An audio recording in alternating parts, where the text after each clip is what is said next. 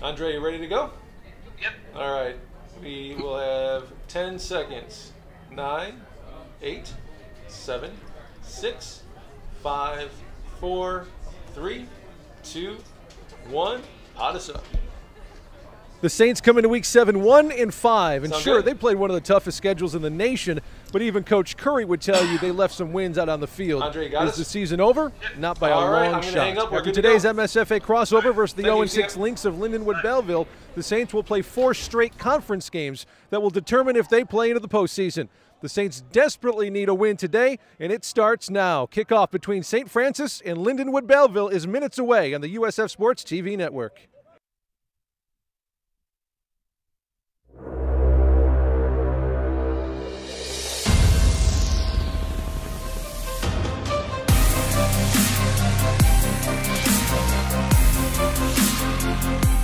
Look out. Anderson Enjoy it. with the steal. Anderson pushes it on the other end. They go along to Ruffin. It's in the air. On a dime to Ruffin. 20, 10, 5, touchdown.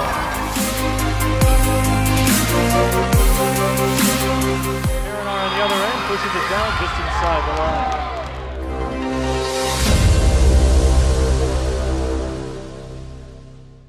Good afternoon, Nick Jacobs and Lee Turnbow. It's week number 7 of the USF Sports football program, and last week out at Indiana Wesleyan, heartbreaker, man. 1 point loss, 35-34. But there's some good things that happened in that game. There was over 1,000 yards of total offense, most of that coming from USF.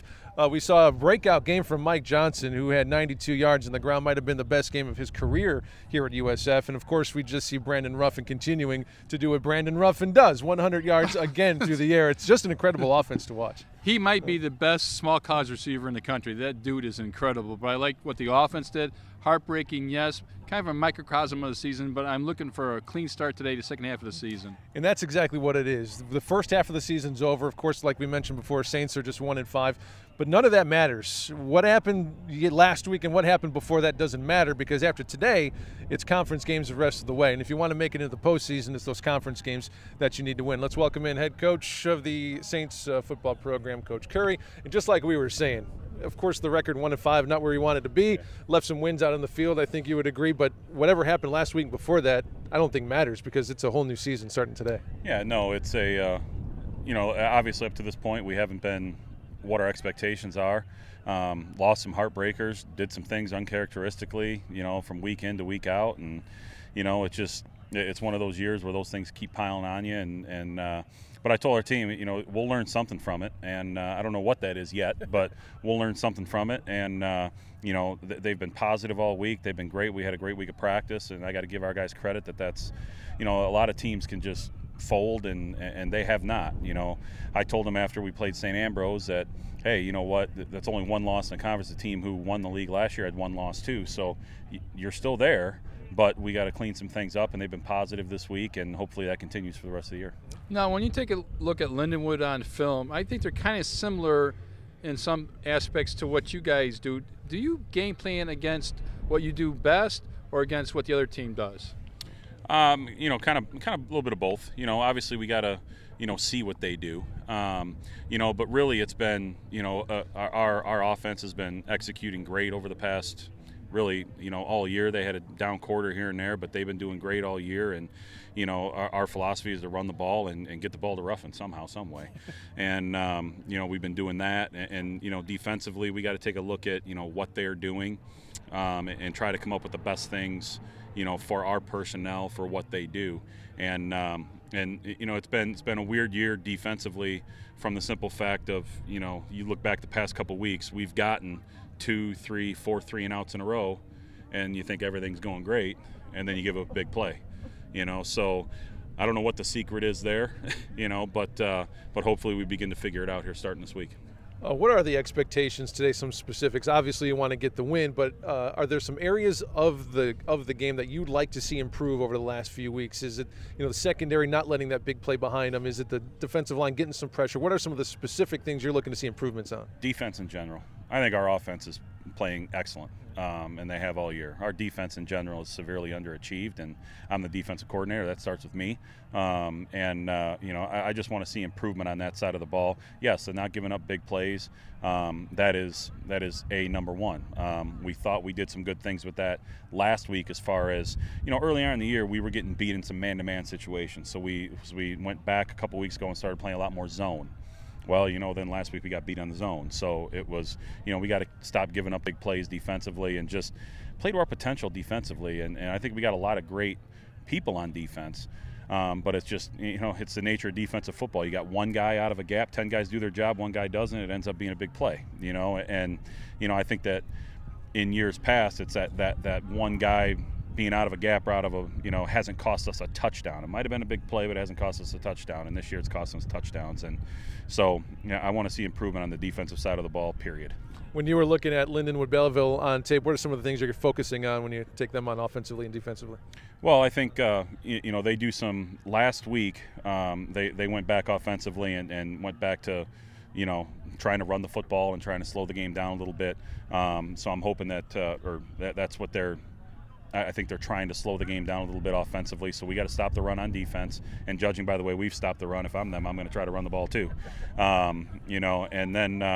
And then they got a pretty good receiver over there, a couple pretty good ones that they like to throw it up to in matchup situations on 3rd and long. And so we're going to try to pressure the quarterback today and try to blitz him a little bit more, try to get that ball out right away so that limits the down the field throws, that could potentially catch and run for 20, 30, 40 yards, whatever that might be. As far as them on defense, they're in the same things every time. I think our offense knows exactly what they're going to be. It starts with us, with Dwayne and Michael running the football, and if we do that fairly well, then they don't have a choice to come down and stop that, and that's where Brandon takes over for us. Let's get a W, huh? Let's go. I'm tired of this. All right. Thanks, Coach. All right, well, the Saints, I think, or the Lynx, I should say, are going to be a little hungry because they're going a little bit of turmoil on that side of the things. Their coach was fired or let go 2 weeks ago. They have an interim head coach, so I think the players are going to come out and try to play for their new coach, huh? They're going to play hungry. I got it. Curry, what's his mantra? 1-0 this week, 1-0. But we're hitting the reset button right now for the second half of the season and building 1-0, 2-0. Games the rest of the year, they should be favored. Only one rivalry game against St. X. That's going to be big. But 1-0 this week starts today. It's a reset game, no doubt about it, and couldn't have come against a better team, historically speaking anyway. Saints taking on Lindenwood-Belleville for the 6th year. They're 5-0 so far. Hopefully we can get number 6 today. Kickoff just a few minutes away on the USF Sports TV network. There's a call to be answered. The spirit of competition is still alive inside. The desire still drives. The phrase student athlete has a great ring to it. Lasting friendships are ready to be made. You just want to keep playing. Game on. Build character for life at championsofcharacter.org. Welcome back out to the Stadium Live. It's about 6.5 minutes to go till we get things kicked off here. Nick Jacobson, Lee Turnbow with you for week number 7. We talked to Coach Curry. Anything pop out at you at some of the answers? Because something did for me. He seemed like a frustrated coach, and I don't think there's any way around that. And I think he's got every right to be frustrated, especially being the defensive coordinator with how his defense has, as he said, underachieved. And I think that's a pretty accurate assessment, and I think there's some improvements to be made. What part of that defense, which level of the 3 do you think needs to improve the most? Well, number one, the rushing defense. I looked at stats right now, and St. Francis giving up 206.7 yards against them rushing the ball by the opposition. That's not a Joe Curry defense. And I know you can make stats, say anything that you want them to, but that's black and white. That's the first thing I look at coaching. How much do we give up running the ball? I don't look at time of possession, and you look at turnover margin.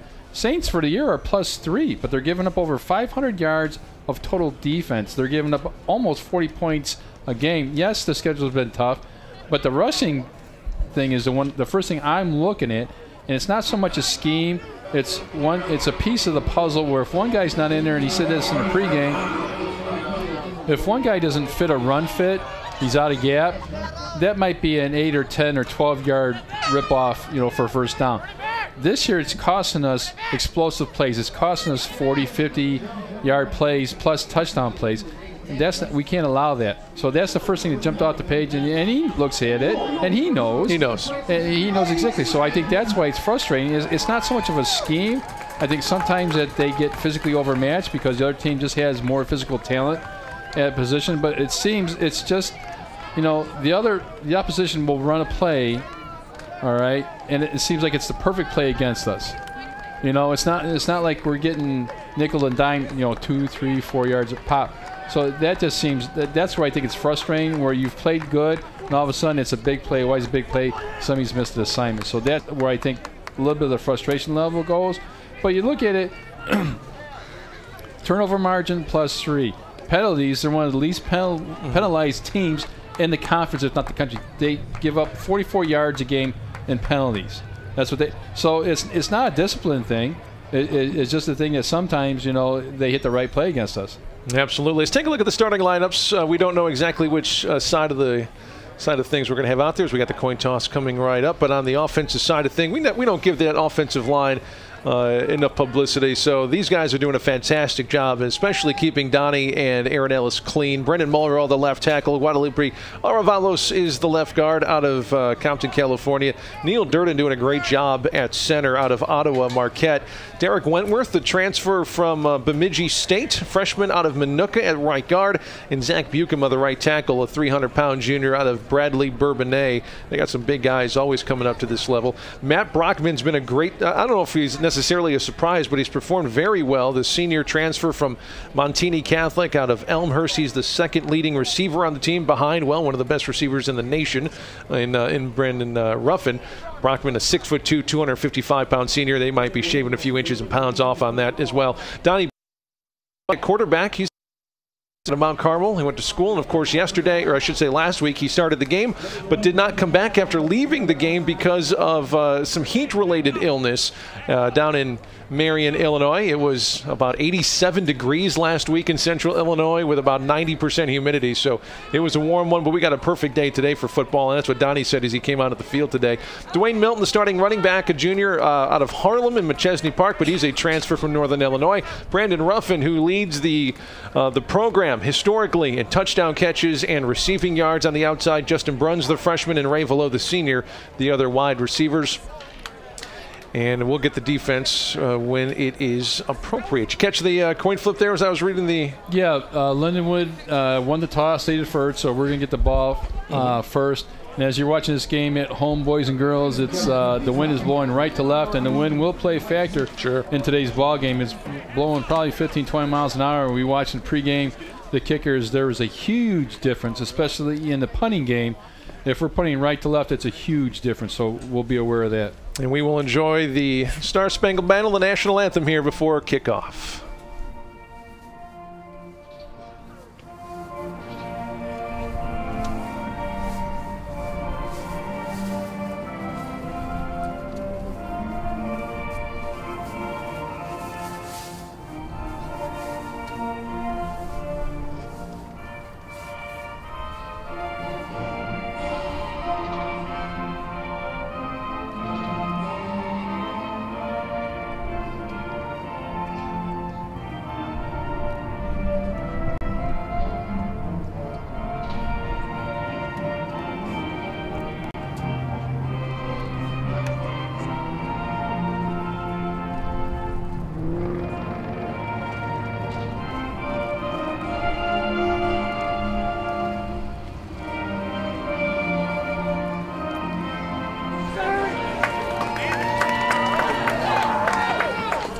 About 2 minutes to go to get things kicked off. Nick Jake is here with Lee Turnbow, Brendan Walsh, our director today, and big thanks to him and his crew. Obviously, they come out hours early, set everything up. We'll stick around hours later and tear everything down, and just the best of the business. So we pleasure to work for them. They make us sound pretty good, and the best decision that they ever make every single week is just not putting us on camera, I think. That would be pretty key, I'm guessing. Starting our weather conditions today, picture perfect day for some fall football. 53 degrees, our game time daytime temp. The wind breeze out of the south-southwest that would be blowing from right to left across the screen. If you're watching, we appreciate it, whether it's on Facebook Live, YouTube Live, if you're watching this on tape delay here in Joliet on TV, or listening live on WCSF. Pleasure to have you along here in Joliet at Joliet Memorial Stadium. The Saints will start off to return the kick, and we'll get the Lindenwood-Belleville defense once we get things set as well. They need a win. They're 1-5, the Saints are, and just absolutely need a win before we get into the final 4 games, which are all MSFA Midwest games. So it'd be nice to start that winning streak here today against Lindenwood-Belleville. Again, they're going through a little bit of turmoil down there in Belleville, just outside of St. Louis. New coach for their second week, and we can get into that as the game goes on. Back to return for St. Francis. It's Ruffin left side, and I believe that is Bruns right side. Ball in the air, short kick with the wind at their back. It'll be taken by one of the upbacks. I believe that's Brockman. He'll just walk it out of bounds at the 30. Taking a look at the Lindenwood-Belleville defense. Up front, it's going to be the defensive end, Christian Miller, a senior. The nose guard on their 3-line set is Garrett Wywee, the freshman, and then the other defensive end is Tristan Campbell, another freshman. The 3 linebackers, Lance Winkler, the redshirt freshman, Lane Stockton in the middle, another redshirt freshman, and then Mason Carr, the sophomore linebacker. Defensive backfield looks like this. The senior, Trayshawn Bell, Jose Rodriguez, a sophomore, Avery Andrews, the sophomore, Gavon Burks, their leading tackler, a sophomore defensive back at safety, and Daquan Stewart on the outside, a junior as well. Donnie Butkus getting the start today. Hopefully we can see him for the entire game, as opposed to last week he had to go out early due to that heat down in Indiana. Motion is Johnson right to left. They're going to give it to him on the sweep, looking for the edge, but a nice tackle will go for a loss of 1 on the first play of the game. Tackle made by 32, I believe that was. If it was Nate Collins coming up and making the play for Lindenwood-Belleville. Tried to run jet sweep action into the short side, into the short boundary, just not enough room for Johnson to cut it back up. But, you know, I'm looking for St. Francis, the running game, to get off. Milton, Smith, Johnson, I think they're going to have good days today. Johnson right there, number 23 with the pink armband, had a great game last week, even with the 1-point loss. His best week as a Saint as far as I'm concerned. 19 carries, I think he had, 92 yards. Couldn't find the end zone as most of the points came through the air. But averaged over 6 yards a carry last week. So great game by Mike. Hopefully he can replicate that kind of success here today. He's lined up in the slot along with 2 other receivers. Got one on the left-hand side as well. Donnie in the shotgun has Dwayne Milton on his right hip. Motion man is Levy. He'll go to the left side. Faking right, looking to throw. Going long down the seam, and it is caught down the hash marks to Brandon Ruffin. He'll take it inside the 30. It'll go for about 42 yards. And already 2 plays into Lindenwood-Belleville territory. Look at the national rankings. Ruffin, 7th in total scoring, 10th in receiving yards a game, 12th in receptions, and 19th in all-purpose yards. You got to know where he's at all the time if you're Lindenwood on defense. 129th career reception. That is 3rd career all-time here for St. Francis, trailing his teammate from last year, Lexus Jackson, and Jason Fiske back in the early 2000s. They're going to run it here on first down to Milton between the tackles. Take it up to the 25. It's a pickup of about 3 yards. I like that play for the simple purpose that you run between the tackles. That's going to break later in the game. Instead of a 2 or 3 yard gain, that's going to be a 7, 8, 9 yard pickup for St. Francis. So I like what they're trying to do, establish that running game. Milton, 105 carries, almost up to 600 total yards. So you can do the quick math on that. He's averaging nearly just over 5 yards per carry every time he touches the ball in the run game. 2nd down and 6, 25-yard line. Turn and give to Dwayne again. Nice between the run tackler, but he'll be shoved down after a gain of 1. Finishing it off was Jose Rodriguez, the safety. Nice shot by St. Francis. They're just kind of picking and choosing a little bit. Lindenwood defensively gives up a lot on the ground as well. Matt Brockman, the big tight end, is going to line up in the backfield this time as a lead blocker for Milton. 4 down linemen for Lindenwood, and we have a stoppage of play, and the Lynx are going to call a timeout here on 3rd down and 3. We're just a few minutes into our first quarter. No score here. With a beautiful day. Like we mentioned, first off, last week down in Marion, Indiana, home of Indiana Wesleyan, just starting their program, very first year. Brand new coach, 29-year-old head coach, brand new stadium, $9 million stadium down there, and it was absolutely gorgeous, but it was warm. It was, I don't think I was prepared for it. I'm not sure the players were actually prepared for it. And Donnie went out, and I heard him talking before the game today as we kind of spent some time down on the field. He was, a couple of the players were saying, we didn't think it was that bad. Even as we played, it didn't seem that bad. And then Donnie said it didn't seem that bad until I started throwing up on the sideline. You know what I saw? Was it Wednesday or Thursday? Snow. Snow? Yeah. I'm not ready for snow. Yeah, my snowblower and shovel are still buried in the garage. Yeah, we had some snow not too many miles away from Joliet. I know we probably have a handful of folks listening and watching down in the Belleville area, some Lynx fans. We appreciate them tuning in. And not sure how the weather was down in the St. Louis area, but yeah, it's pretty. It got pretty cold. We got some frost on the ground and temperatures in the mid to upper 30s last couple of days. Here we go, back out of the timeout. It is 3rd down and 4. Ball at the Lindenwood 23-yard line. Donnie in the shotgun. Here's the snap. He play actions. He's rolling left, fires, checks it down to his tight end. He's going to take it up the sideline near the 5, pushing forward inside the. Oh, they're going to say he stepped out of bounds at about the 8. That was the big tight end, Roberts. Malik Roberts, the 6'4" junior out of Naperville Central. His 10th catch, over 90 yards, and he had a one-handed touchdown catch last week that was a highlight reel grab, and you'll see again here, I believe. Here's the pass. But both teams run the same defensive set. Look at a little flash fake out in the flat, wide open. Both teams run 3-3-5 basic defense, so that should be open all day. 4 wide receivers, 2 on each side. It's 1st down and goal. They put him out of bounds just inside the 10-yard line. Donnie takes the snap, 3-step drop. Across the middle, Ruff, and right through his hands. You never see that. A very rare occurrence that Brandon Ruffin drops a football. I think Ruff was worried about the back end, the end line of the end zone, whether or not he was close enough to that to tap his feet in bounds, and I think he just looked at where he's at. But I think that ball might have been deflected a little bit. Look at Donnie going back, looking to the left, not there. Now he's going back to Ruff in the middle. No, it just went through his hands. Yeah, you don't see that very often from Brandon, as the numbers will show you. It is 2nd down and goal. They're going to run it with Milton. Left side, cuts it back, looking for the end zone, and he's in. Touchdown for Dwayne Milton. Just his 2nd touchdown of the season. And it's going to make it 6-0 Saints here on the first drive of the game. Nice job by Brennan and Guadalupe on the left side. The left guard, left tackle, just collapsing that whole left side of the wall. Milton didn't have any resistance on that left side. He kind of walked in.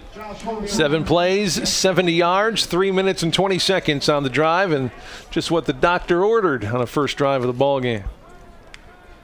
Holberry on for the extra point. He knocks this one through and makes it 7-0. 16 for 20 on the point after attempts for Josh Holberry, the freshman out of Huddersfield, England, on the soccer team before he made his way onto the football squad. And there's Dwayne Milton, number 20, or 2, I should say. But yeah, Holberry's an interesting story. I know he wished he had that couple kicks back last week with a missed extra point and a missed field goal in the waning seconds that would have given the Saints the lead. But, you know, not too bad for a kid who's literally never played football before this year. Well, it's culture shock from coming from there over to here. Culture shock about American football. Culture shock about the pressure situation that you're going to have to deal with. I guarantee he's never been in a situation like that, missing the extra point, missing the field goal, even though it was a 41-yard field goal at the end of the game. I mean, I felt watching the Green Bay game last week, that guy missed, 4 field goals and an extra point or whatever? Yeah. I mean, oh, my God. It's been a tough year for kickers on all levels of football, I feel. In the NFL, they're missing field goals left and right. Here's Holberry to kick it off. We saw Dwayne Milton saying hello to you on the camera.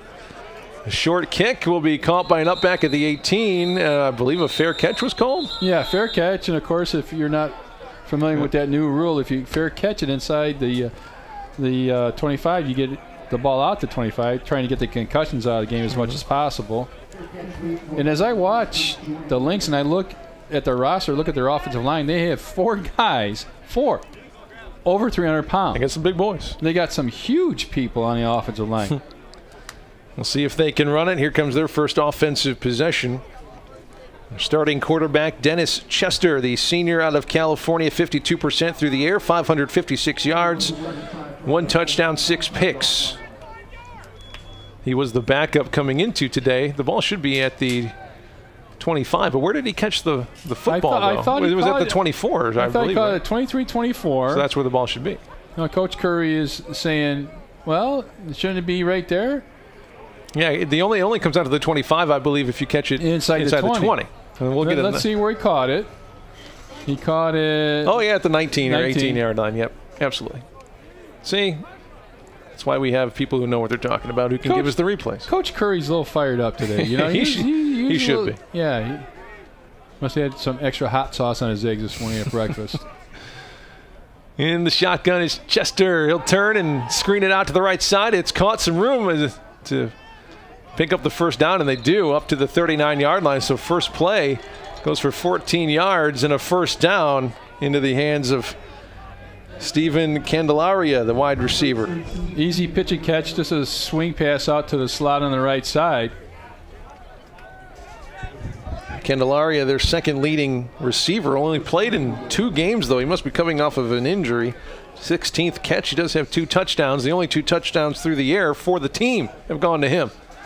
Again, 5-step drop. Pumping, nothing there. Pressure applied. Ball! Ball's on the ground. It is still rolling. Finally picked up by a Saint inside the 20.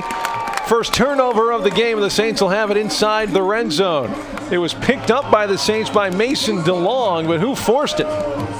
Who got the hit on the blind side? It was the backside defensive end, and I believe it was Dickinson from his backside. Let's see. Held the ball a little bit too long. Yeah, right there, Dickinson right there. Close it down, watch it strip. Yep, there you go. Now look at Zlomi. One time, kick it. Another time, no, just fall on the ball. I know you want to pick it up and score, scoop and score, but he's going to get some grief in the film room. Dickinson's 3rd sack. He leads the team now in tackles for a loss and tied with Zlomi with 3 sacks. That's at the top of the chart. He's come on nicely here in the last 4 weeks or so. Johnson goes in motion for St. Francis offense. He's looking for the end zone. Wide open in the back. Got it. Oh, did he get his foot down? I believe so. He did. Touchdown. Touchdown to Isaiah Williams. His first touchdown of the season. And the Saints extend the lead here 13-0 with 10:55 to go. I love the mentality of that play call. Sudden turnover, go for the jugular, killer instinct. Look at that. Let's go for 6 right now. And look at it. Secure the catch. 1. There you go. That's all you need in college. 1. Nice job.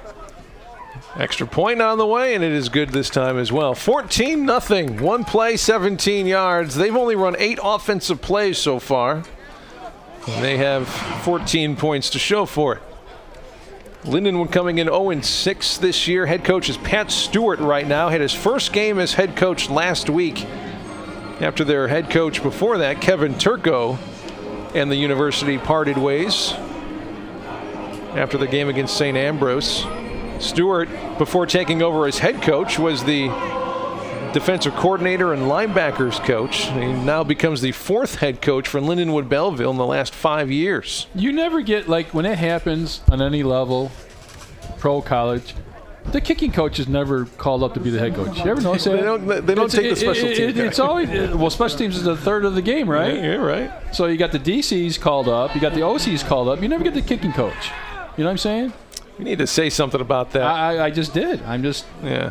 I suppose you did, didn't you? Yeah. We need to say it to the right people, though. Well, yeah. I'm not writing the check. So is there an athletic director in the building that we can speak to? Let's give the special team hashtag give special teamers a chance. Give them some love. Let's get that. Hug them up one time. Holberry's kick, another one into the wind. It'll be taken at the 16-yard line. Out to the numbers. The return man, Ricardo Henry, pushed out of bounds just past the 25-yard line. 75 yards through the air, 13 on the ground for St. Francis so far. I like the defense. After we come down and score, they cause a turnover, and we go for the killer instinct, get another touchdown. I just keep your foot on the gas if you're St. Francis. Keep an eye on number 44 here for St. Francis as well, Alex Zlomi. He's climbing his way up the career charts in the sack category. Just half sack behind Brayboy, 1 sack behind Cruz. He sits at number 7 on the all-time list right now. The handoff goes to their feature back, Jaquai Owens, the junior out of MacArthur High School in Decatur. Barely got back to the line of scrimmage that time. 2nd down and 10. Because we're on the smaller side of the physical advantage, we have to get into our gaps. We have to run fit and stay there and maintain our gap integrity. What I mean is you can't let the bigger guys push you off your spot and open up holes. That was a good job that time. 3 down linemen for St. Francis. And they're going to just rush 3, drop 8. Check down across the middle of the field at the 30-yard line. They're going to pick up 4. 3rd down and 6 now for the Lynx. This one again to 13, Candelaria. No huddle offense for Lindenwood-Belleville. Owens on the left hip of their starting quarterback, Dennis Chester. Takes the snap, 3 steps. Here comes more pressure, rolls out right side. Looking, nothing there. He's going to tuck it and go. Diving and reaching out for that 1st down. Where are they going to spot it? They're going to give it to him. Yeah, right at the 35-yard line. And if that is the line to gain, nope, they're going to raise the fist and say 4th down. They needed another yard or so there. So 4th down and 1. Well, I agree. He probably got to the 35 and he needed the 36. But see where he reaches this ball out? I don't think his foot went out of bounds. Ooh, I don't know. That's a tough call. Yeah, he do. Well, in either case, 4th down and 1 at the 35-yard line. Are they going to punt it or are they going to go for it? I don't think they know now. Oh, now they will bring the special teamers out. Well, it looks like they're thinking about maybe trying to drum offsides. They're not going to get this off. No, they won't. 3 seconds, 2 seconds, 1 second. And a timeout called to save the yardage here on 4th down, trying to get the punt unit on. See, that timeout to me makes no sense in this fact. You've got a strong wind behind your back, so if you take 5 yards penalty, it's not going to make a difference on this punt, and you just burn your 2nd timeout already here halfway, not even halfway through the 1st quarter. The starting quarterback for Lindenwood-Belleville injured a few weeks into that. Peter Smith, the 6-foot redshirt sophomore from Mount Carmel, Illinois. Not high school, but the town of Mount Carmel. He went down, and then Chester came in. Going by Dennis Chester this year. I believe he went by Brian Chester last year when he was the starting quarterback. Not exactly sure why the name changed, but in either case, they do have some experience handling the football for the Lynx. The punt unit does remain on here for Lindenwood. Is that Stovall back there to return? Yeah, Jamal Stovall, the safety, will do the returning honors this time. 9 minutes left to go 1st quarter. It's 14-zip Saints. A seven play drive to start off the game for a score, and then a turnover, and then 1 play back into the end zone. Low kick right to Jamal. He's upended just as he caught it. He wanted to return that one, didn't quite get the chance. So no return. Saints offense will start at the 31-yard line. Actually, that's a good job by him, because if that ball bounces, it's going to roll for another 10, 15 yards. Part of the hands team, Jamal Stovall is, and I think he missed the first couple of weeks of the season, but he's come on nicely, man. 2 interceptions. Every time he's near the ball, seems like he's knocking it away. And one of the bigger hitters for the Saints defense as well.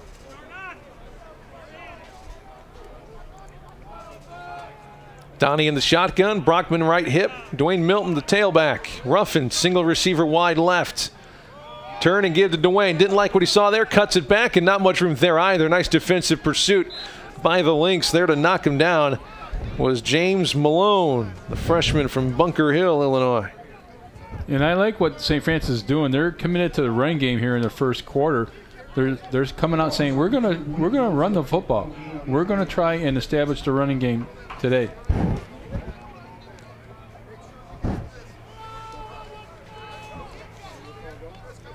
Second down and 10, 31-yard line here for the Saints. Donnie in the gun again, takes a snap. He's going to throw. Looking left, coming back for the football. Nobody checks it down to Dwayne. He's got a little room to prance around. He'll pick up the 1st down out near midfield. Still on his feet, and he's pushed forward by a fellow Saint into Lynx territory. That was going to go for about 21 yards on the pitch and catch. He gets a nice block by Brockman, and the offensive line does a nice job of giving Donnie. Watch the time he's got. He can go back, pick any receiver he wants. No pressure, no pressure. Now watch this block by 81 right there. Pancake him and go and try to get another one. 2 pancakes, 2 blocks on one play. First down, inside link territory. It's at the 47-yard line. 2 receivers right, tight end left. They're going to turn and give to Dwayne again. Why wouldn't you? He finds a hole untouched. 10 yards up to the 35 and rolls over a defender at the 32 and picks up 15 more yards on the ground for Dwayne Milton. If you can get him, Milton, I'm talking about, out in space, he's dangerous. Watch, great lead block right there. Follow your blocker and look he's out in space, and that's dangerous. Makes one guy miss, gets another 3-4 yards.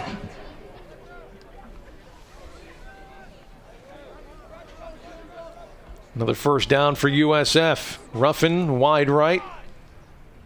And in motion is Williams.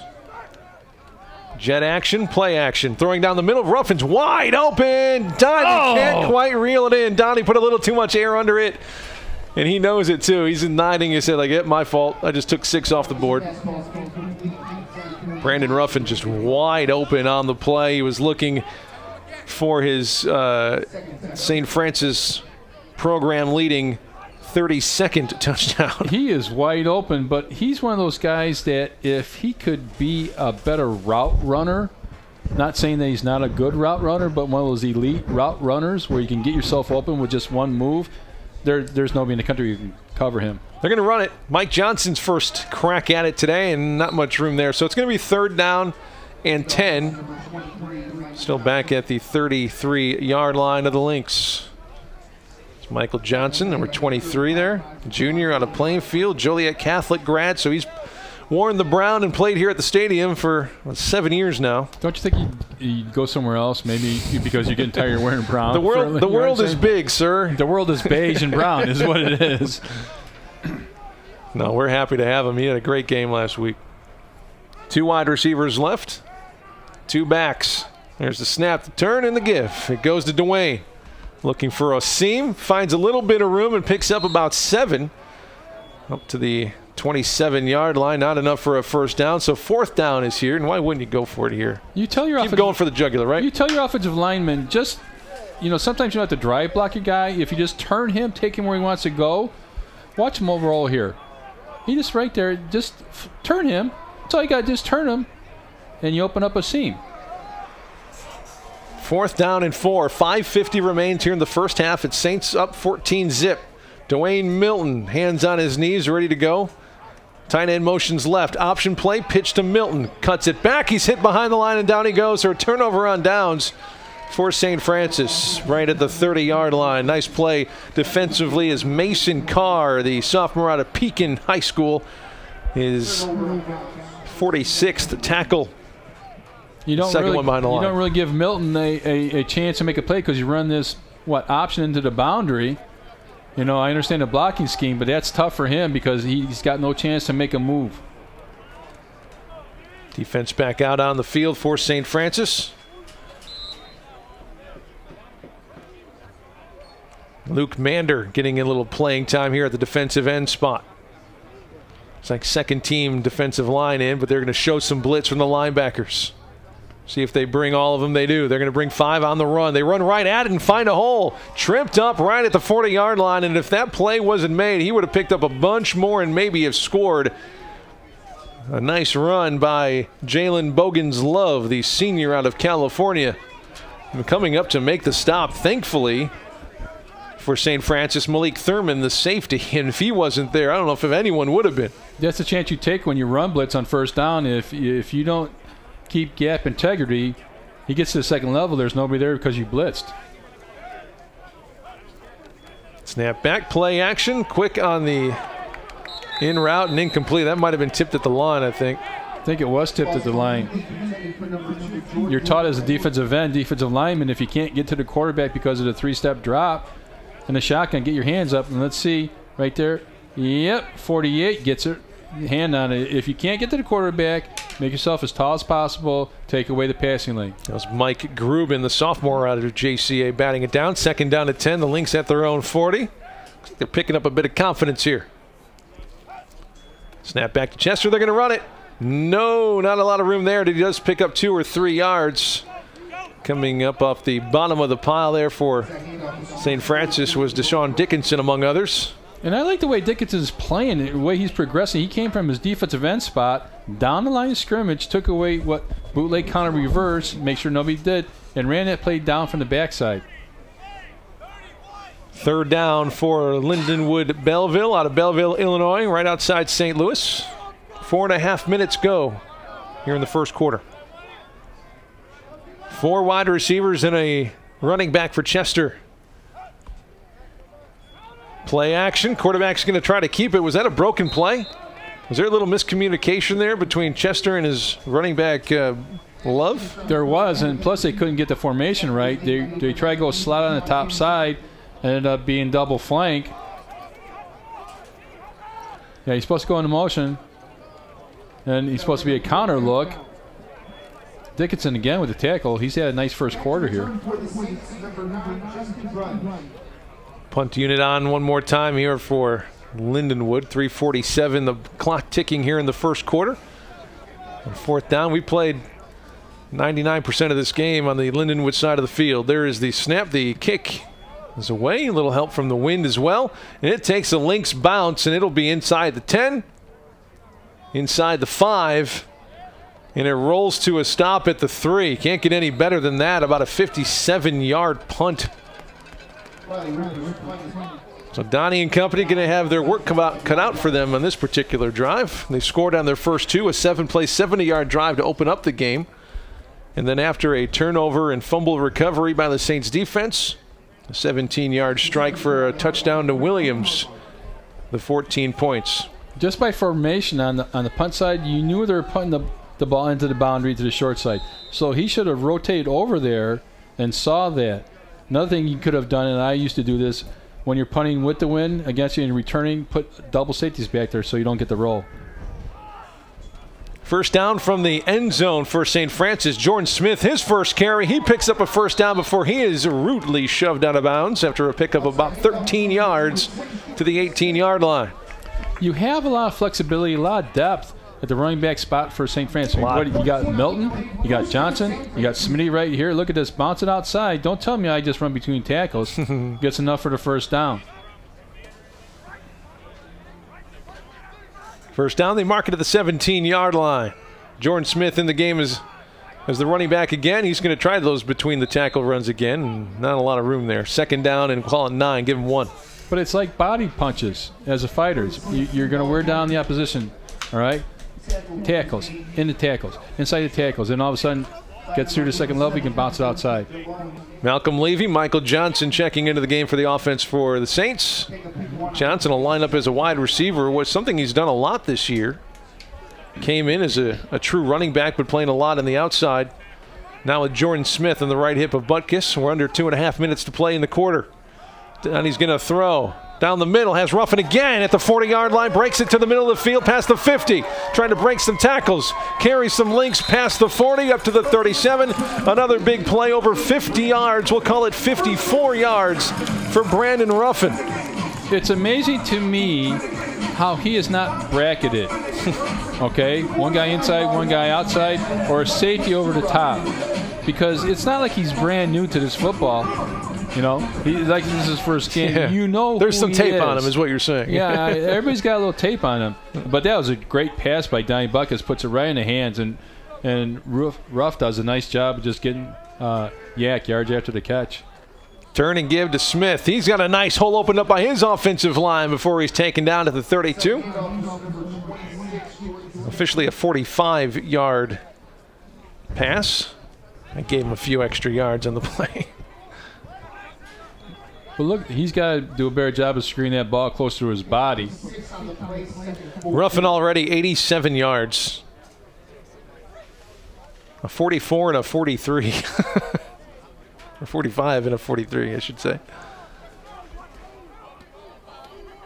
Second down. They need to get to the 28-yard line. Snap to Don. Hand off to Jordan, looking for the edge, cuts it up the hash marks, and rolled down to the 25. Another first down for the Saints. It's their 8th first down of the game. He does a nice job following his blockers. Doesn't try to bounce it out too fast. Reads what the offensive line's giving him and takes advantage of it. They do have 3 running backs that they will play, and that's not even mentioning Pere Barberin. If you remember him from last year, he came in as a newcomer for the Saints, just a bowling ball type of running back, and a lot of fun to watch. It just, unfortunately, it's a crowded backfield. The give to Smith for a yard there from the 25-yard line. 30 seconds to go here in the quarter. See if they just let this one tick down.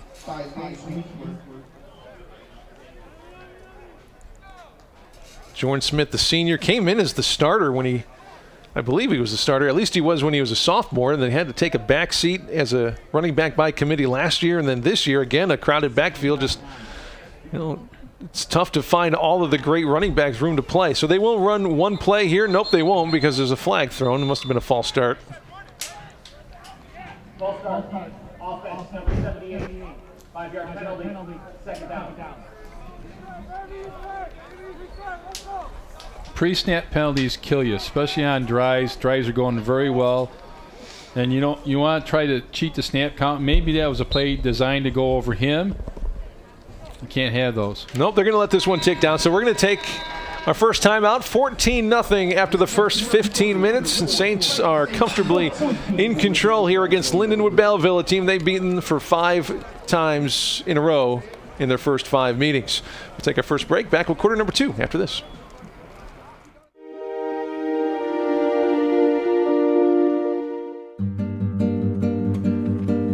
Our conference meet, so it's kind of our biggest meet of the year. Sharon was a Lindsey Wilson runner. We'd known each other for a long time, and she is a sweetheart. She's absolutely adorable. You would never want anything bad to happen to her in a race, ever. And we were 2.5 miles into it, and Darcy and I were in second and third, and Sharon was in first. We knew that she had gone the wrong way because we could barely still see her. She was still pretty far in front of us. She still came in 3rd place at the finish, but I came in 1st and Danielle came in 2nd. Immediately, we just go, no! We like both literally did this motion with our arms. We didn't want the credit for 1st and 2nd because we knew that's not what it really was.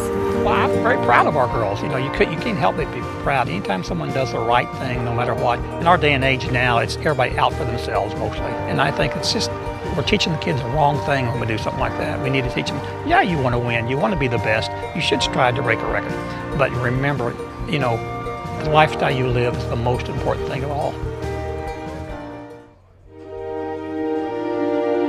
Welcome back to Joliet. Nick and Lee with you as the Saints hold a 14-0 lead after the first quarter. And it looks like they dominated that quarter, and I think the numbers back that up. And you take a look at real quickly, St. Francis over 200 yards of total offense in the first period. Lindenwood 19. Johnson in motion here in the first play. It's 3rd down and 13 to go. Donnie looking, firing to the end zone. Wide open is Johnson, and off of his fingertips and out of bounds. It would have been a touchdown if he reeled it in, and you see his hands on his hips because he knows it.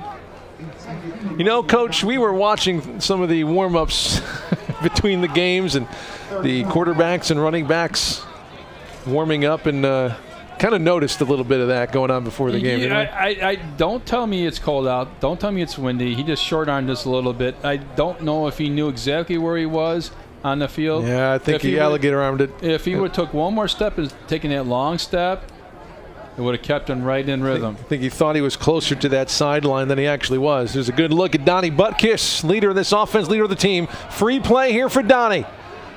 Throws it down the middle of the field. Interference. Absolutely flattened as he was going for the football. And incomplete. Well, there'll be 2 fouls on Lindenwood. One's for offsides. One's going to be for interference. St. Francis will take that interference. Yep. But you take a look at the stats. St. Francis ran 21 plays in the first quarter for 201 yards of total offense. Lindenwood had 9 plays they ran in the first period for 19. And watch, you'll see Ruff go down. Yep, right there. They're again for pass interference. Donnie Buck is 5 out of 7, 140 yards and a touchdown. Brandon Ruffin, first quarter, 2 catches, 87 yards. Unbelievable. St. Francis held the ball for over 10 minutes in the first quarter. So they declined the offside penalty. They will accept the interference penalty. See where they mark it officially here. But yeah, that was Gavon Brooks with the the penalty. It's probably the only thing you can really do to slow down Brandon Ruffin, though. If you don't want him to score a touchdown, you're just going to have to hit him before he gets the ball. But you know how in practice where you're doing walkthroughs and they have the skull caps that you put on different colors, so you know where this guy's at every time in practice. They've got to know where he's at. Right now, he's split off wide to the left. He's got single coverage, too. And by the much shorter, by the way, the 6-foot Nate Collins, cornerback. They're going to Brockman. That one goes right through his hands and out of bounds. If he catches that ball, he probably turns it up and drags a few links for about 5 yards, but another incomplete pass will bring up second down. It's 2nd and 10 at the 15-yard line. He's one of those guys who looks bigger in pads. And what I seriously, some guys do, some guys don't, as you see it go right off his left shoulder pads. He looks bigger when he's on the field than when he's listed. But he does look pretty big even without pads. Yeah, I'm not saying he's not big, but he looks bigger. Couple tight ends here in a run formation. They do run it to Milton. Nice hole, untouched to the 10, untouched to the end zone. Dwayne Milton, the 15-yard touchdown. And that's his first, or I should say second touchdown of the game. Left side of the offensive line for the Saints just collapsed. The right side for Lindenwood, and that was an easy walkthrough. I don't think Milton was touched when he got in the end zone. Milton had 1 touchdown in the season coming into today. He's got 2 already through the first quarter in 90 seconds. You got me too, don't feel bad, man. Longest drive of the game for St. Francis. 9 plays, 97 yards, just under 4 minutes. Holberry's kick had to hold up there as the snap was late getting down, but it did, and he put it through. It's 21-0. Great start by the offense for St. Francis. And going back to the pregame, Coach Curry had said he had no worries with the offense. He said for the most part the offense has played very, very well here in the first half of the season. He's just worried about the defense and stopping the run. And they only gave up. Lindenwood had 6 carries in the first quarter for 2 yards. St. Francis 0-3 at home this year, but gosh, what good teams they played. First, they played the #1 team in the country at the time, St. Francis, Indiana, in week 2 here in Joliet, a 49-19 loss. And then in week number 4, on the 22nd of September, a 38-27 loss to Siena Heights, who's very good, especially on the ground. Siena Heights is sneaky good. And then you got St. Ambrose, who won the conference last year and sits atop the conference at the moment. Ambrose beat St. Francis here 33-19 2 weeks ago on the 29th. Currently riding a 3-game losing streak as well overall, with losses to Ambrose, Siena Heights, and Indiana Wesleyan last week. Holberry's kick with the wind behind him puts a little more air under it this time, and it'll be a yard into the end zone and a touchback. It'll come out to the 25. Half to go as we are just underway in quarter number 2. And you go through the teams that we have played, and just the teams that we normally play, even if we didn't play them this year. But you look at Marion from Indiana; they're ranked 2nd in the country. You look at St. Francis, Indiana; they've lost a couple, but they're still ranked 13th. Siena Heights comes into this week ranked 20th in the country. You know, St. Xavier's team that we know very much about, as you see the conference on the screen there. But these are teams that are just unbelievably. Look at on the other side of the bracket. You got number 20 team. You got Concordia. You got Marion. You got Taylor. All in the same division of the conference. That's insane. First play here after the extra point comes out to the 32. A nice 6-7 yard run. As you're looking at that conference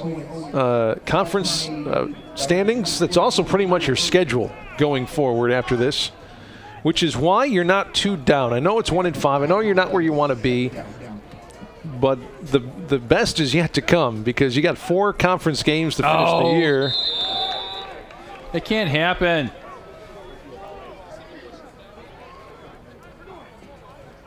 So after today, it's. See, and Mike knows that. Mike's coming off right now. And I'm going to tell you as a nose guard, what's your job? You watch that thing right in front of you. When that moves, you can move. He's just trying to jump the snap count. Like Flachek out of Providence, sophomore. After today, it's Olivet Nazarene and then St. Xavier. Your favorite against Olivet, I'd think, but then St. Xavier, whew. That's a toss-up. That's going to be always is. That one's going to be up on 2 weeks from now. 3 linemen, hard count by Chester. Nobody jumped that time. They're going to rush 3. Run play.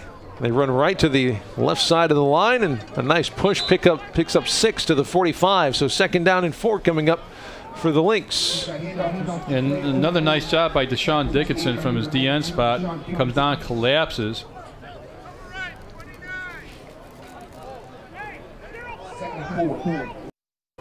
You hear Coach Curry yelling out the play to his defense. Of course, head coach and also the defensive coordinator.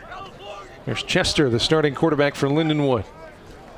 Screens it out right side. That's a block in the back. Complete to Ricardo Henry, and they mark him at the 48-yard line. Either way, well, it should be shy, I think. Oh, Bryant. Nope, they put it at the 49, so they're going to say 1st down. No penalty flag thrown. Bryant Perry got blocked in the back from his cornerback spot.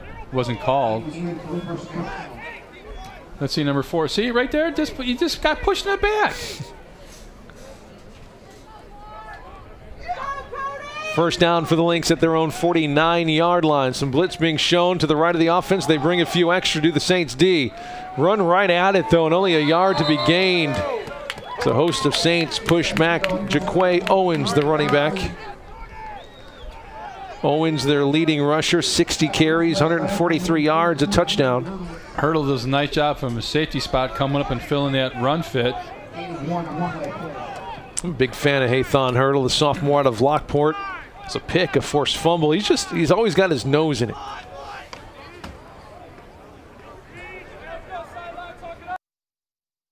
Second down and 9 at midfield here for LUB. Turn and give again. Owens. Oh! Big hit right there at the 48-yard line. A pickup of 2. Making the smack on the play, Cody Randa, a junior linebacker from Sandwich. He's not that big. They list him at, I don't think, they list him at 5'11". Boom! Right there. That's form tackle. Of course, if you're NFL, that would be a penalized tackle. So I'm just, you know. 3rd down and 8. Make it 7. 3rd down and 7 for Lindenwood-Belleville.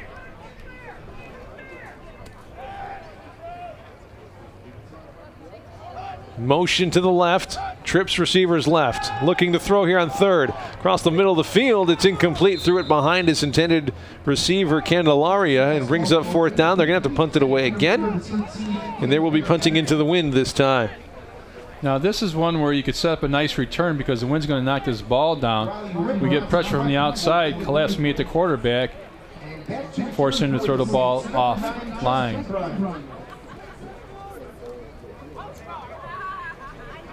Justin Bruns, the speedy freshman, back to return.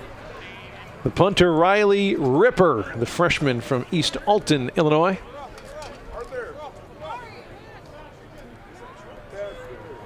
Good snap.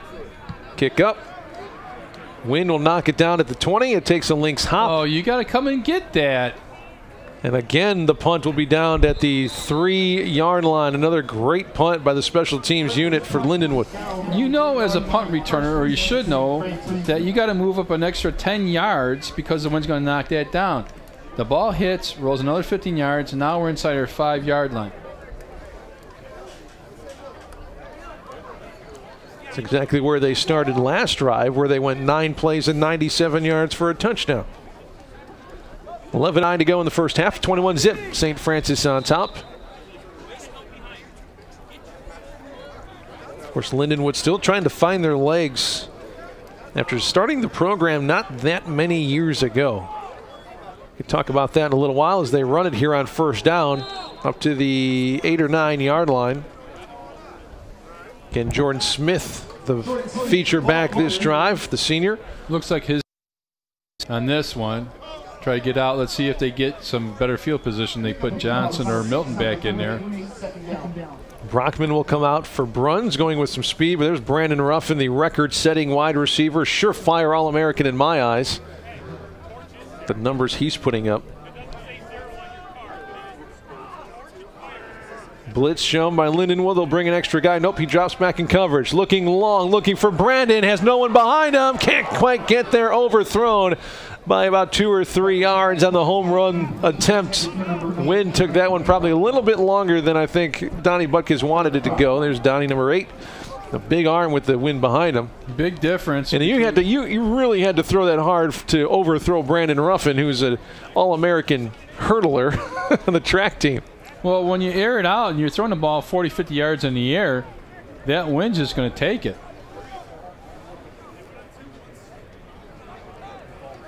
Brandon going to take this play off on the sideline after the 40-yard sprint. Johnson in motion. Donnie rolling. Throws across his body and a little bit shy, looking for Levy on the crossing route. Number 10, Malcolm Levy. They wanted to hit Smitty in the flat on a flash fake, tried to hit him, but he got hit in the helmet. Could have been almost called hands to the face mask, but more incidental contact than anything. Let's see him right here. Let's see right. See there? Oh, he put his arm up. Yeah. Sure did. Refs missed that one too. Let's see how we can get this punt off here. This should be a decent punt. Holberry punting from his end zone. The return man standing at the St. Francis 46-yard line off your screen. Point of the ball down. He keeps it low. It's going to skip right into the hands and out of the hands of the return man, Leach. Still making something out of nothing here. Flags come flying in. Finally hammered. There's just flags littering the field everywhere. They're going to get a block in the back against Lindenwood, against Michael Johnson, I think was down there, 23, covering. And, of course, the official who was closest to it doesn't throw a flag is the back official. I wouldn't be surprised if there's more than one here. 20 yards away through it. So the line of scrimmage as it sits is the 42, but the flag's sitting at midfield. Let's look at the official call here. Just like you said, block in the back. We'll go against LUB. You know, I had a chance in our last home game before the game to talk to the officiating crew. And you know that he was coming over, he says, "You look official," because I sit on the bench. And I'm like, "You look official." And I said, "What can I do for you?" He says, "Where's your game balls?" And I said, "What do you mean?" He says, "Where's your game balls? I got to check the air in there." I said, "Really? Really? Is Brady here? Is something happening?" He says, "No, we got to do it every game." Protocol's protocol, little man. checklist that they had to do to make sure that everything was copacetic. So did he find him? Yeah, eventually Mr. Laquetta got him for him. Good. 1st and 10 from the 40-yard line here for the Lynx. 10 minutes and 3 seconds to go. Motion to the left side. They're going to run it. Again, stopped at the line of scrimmage, no gain. 2nd down. Dickinson again does a nice job coming down, squeezing that down. Also got a little help from, looks like David Chameau. We talked about Lindenwood before being a relatively new program. The university itself was founded back in just 2009. So they have been around a long time. It was a satellite campus of Lindenwood University in St. Charles, which is why they're called Lindenwood-Belleville. Throwing. And it was caught at the 46-yard line. It's a pickup of 5. So it's going to be 3rd down and 4. So founded back in 2009 as a satellite campus. Broke off into its own school 2 years later. And that's when they started the football program, which played its first season just 5 years ago. They joined the MSFA officially 3 years ago in 2015. So still trying to build that program literally from scratch. And hard to do when you're in your 4th coach in those 5 years. Thrown nice outside, catch. It is caught, and the 1st down out of bounds is Jordan Flores, the freshman from Elko, Nevada. He does a nice job going up and separating himself from the defender, catching the ball away from his body with his hands. You receivers out there, watch how he catches it. He knows the guy's on the back, catches it with his hands away from his body, and then secures the catch. Bogan's Love back in at running back first down. They mark it at the 47-yard line of the Saints. A shot right down the line of scrimmage as this ball is snapped back to Chester. He's looking long down the seam, and there might be a flag coming in. There will be, yep. They're going to get Sandillo right with the pass interference, making the contact a bit early. It was, again, Candelaria, the intended receiver. There's number 11, Sandillo right. A little shocked look on his face, but that's probably a good call. You know, they always do. I didn't do it. You know, it doesn't make a difference. Any cornerback in America is going to have the same reaction. And I think he just got his arm, let's see, inside. Yeah, right there. His left arm, that's what they're going to call. Who, me? Yeah, you. Yep.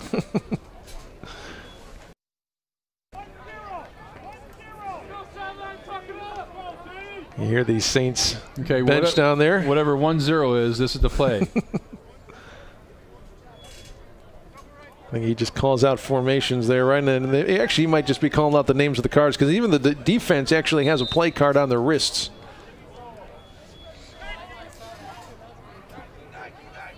Two receivers on each side. The blitz coming from the right of the offense. They pitch it out left side. It is incomplete. Intended for Flores again.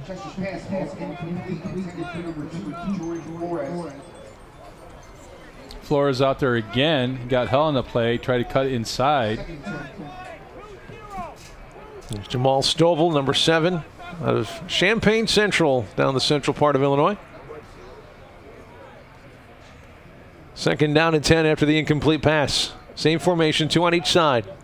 Blitz again shown by St. Francis. They're going to bring him again. They run it this time. That a boy. Right in the middle again. It's, how many times can we say his name? Deshaun Dickinson, the sophomore out of Oshkosh, Wisconsin. Sometimes you don't know when it's going to click, but obviously whatever he's done the first half of the year is starting to click in this game right now because he's just physically dominating the line of scrimmage. He wasn't even a starter to begin the year. He came in, I believe, because of injury. I might be remembering that wrong, but I know he didn't start the season. But when he came in, he's made his presence known. Zalomi will line up at the nose tackle spot this time with his back facing us. Gets into the backfield but tripped up. Pass is low but caught at the 25. So it's going to be 4th down and 3, and you might as well go for it here if you're Belleville. 7.5 minutes to go in the half. That time Dominic Sturd was in between. He didn't know if he should go for the interception. Watch 45 right here. Yeah, he tried to go for it, tried to bat it down, but that's just a nice pass. Ball at the 26-yard line. 4th down. There's the snap. They're going to punt it, actually. High punt, fair catch called for at the 5 and made by Stovall. And the Saints, again, will start right at their own 5. Last 3 drives have started inside the 10-yard line. I don't like that for 2 reasons. Number one, what did you gain out of that? 20 yards? I mean, I wouldn't even have put anybody back there for the pooch punt because if it rolls in the end zone, it rolls in the end zone. 9 times out of 10, it's going to do that. So you might as well go for it.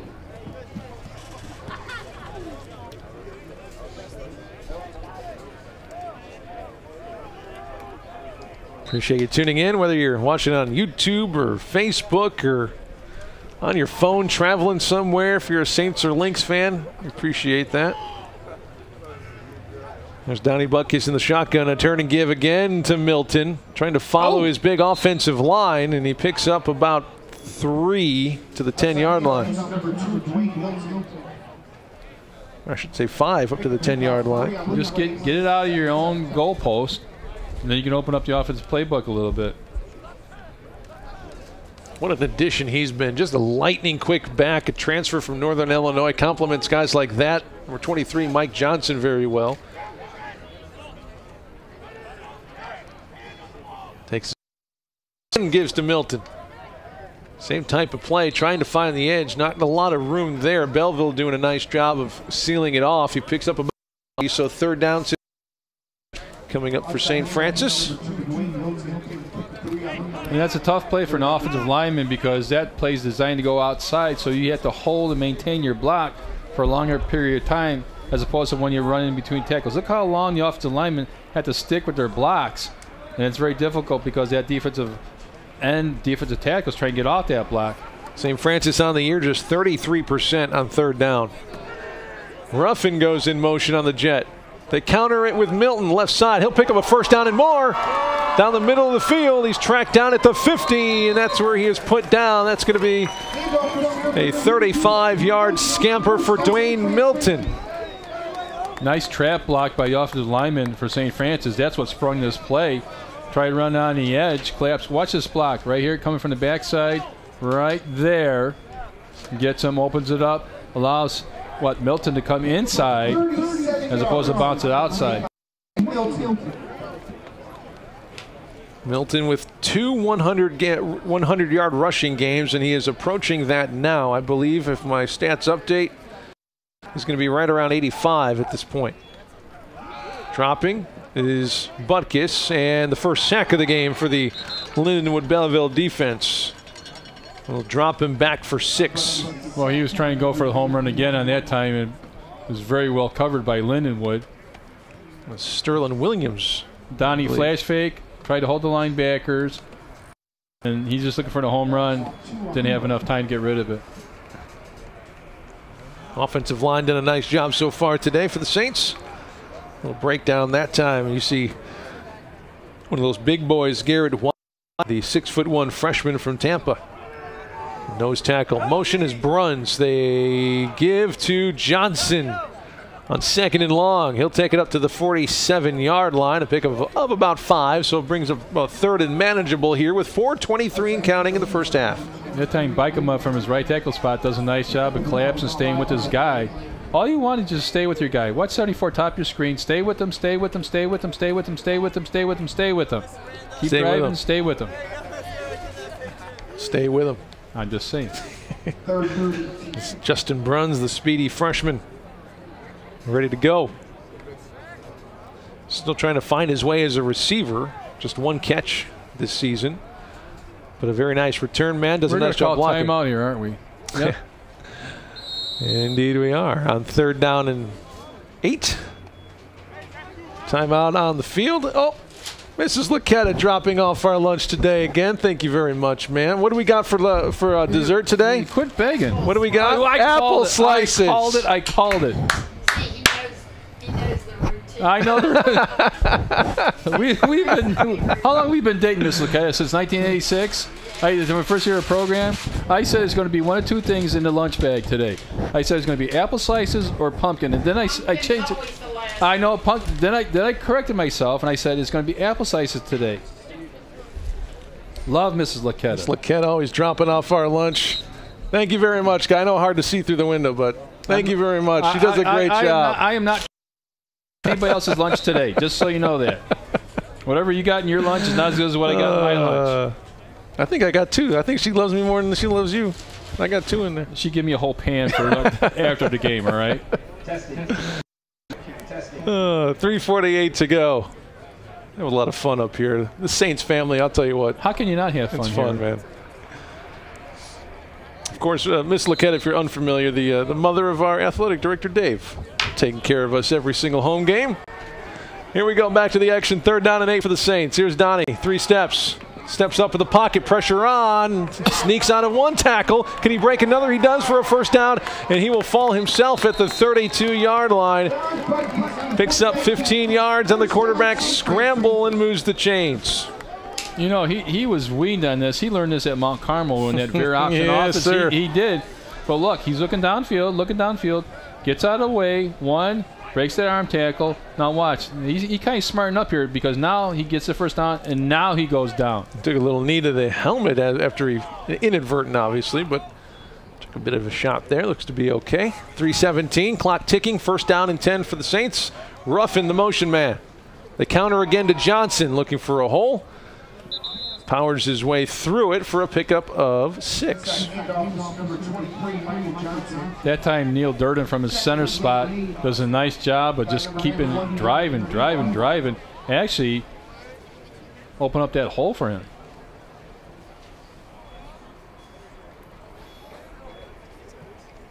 Second down and 5 to go. Game 5 on the carry.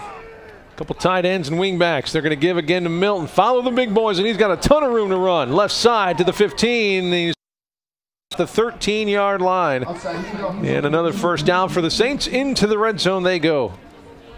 Nice drive. St. Francis. Good downfield blocking, allowing Milton to spring in for a large gain. And you don't think these guys are playing hard? Watch the block at the end here.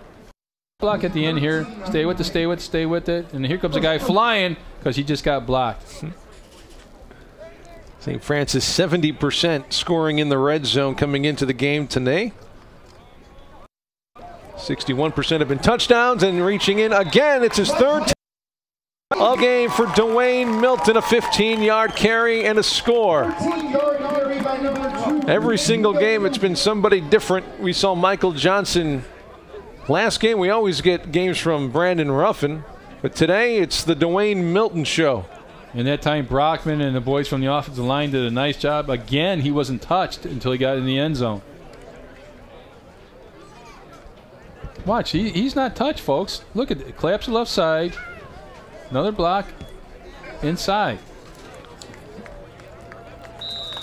So last drive before this touchdown drive was a 9-play, 97-yard touchdown drive. This drive was a 9-play, 94-yard touchdown drive in 5 minutes, with 2:03 to play in the half. You cannot, coaching point, you cannot take your foot off the gas now. I'm just telling you. I don't want this to turn into sloppy. I don't want this to turn into lazy. I don't want you to think you got this game won. I keep your foot on the gas. There's Dwayne Milton. He's telling you how many touchdowns he's got. I think he said he's got 1 or 2 more left in him here today. We'll see if that comes to fruition. I imagine we'll see a healthy dose of him and Mike Johnson and Jordan Smith in the second half. Keep that run game going. Dwayne Milton, 13 carries, 118 yards and 3 touchdowns. Butkus through the air, 5 for 11 for 140 and a score.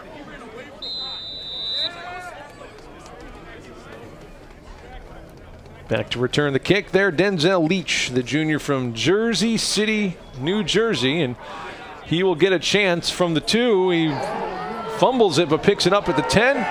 Tripped up and down he goes at the 11. Initial hit made by Malik Thurman, the gunner, and we're under 2 minutes to go in the half. Anything Lindenwood can do here to move that football? What have you noticed about their offense and how it's working? Yeah, well, first, before we get to that, look at that and look at how we sit there and maintain lane integrity, come from the flyer spot. No, ball a little bit. And you know St. Francis, hey, St. Francis has got timeouts left. So if they don't get a lot of yards on first down, if I'm St. Francis, I call it because you got the win. They're going to have to kick into the win. But really nothing. When they run plays, they run it to what? One wide receiver, the quarterback looks right on him. And it's 0. They're going to throw the flag on them. Nope, they can say they got it off in time. They run it right up the gut to the 15-yard line and pick up about 5 or 6 there. And there's a timeout by Coach Curry. Yeah, just like you said, they want out of Carmi, Illinois. Or is it Carmi? Carmi. I imagine around the St. Louis area? Somewhere down there.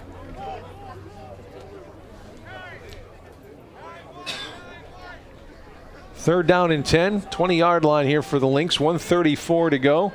1 timeout left for both teams. Snap back, turn and give. Right between nice play. The linebacker from IC Catholic, redshirt freshman. That's a great small high school program in the state of Illinois. That was a great read by him because he shot in from his linebacker spot and made that tackle. Now St. Francis can use another timeout. There's still $1:29 left to go. I'd put 2 safeties back there, 2 punt returners, so we don't get a bounce and roll. And correct myself, it wasn't 51 Johnson, it was 31 Jamison on the stop. That's what Jamison's been doing all year long. 47 tackles coming into the game today. That's number 1 for USF out of Plainfield East High School. So 4th down, they're just going to have the 1 back there. They're going to try to put the block on here. See, I'd go twin safeties back right now. See, by formation, he's going to kick this ball to the left side. So punt returner, he's on the hash. That's exactly where he should be.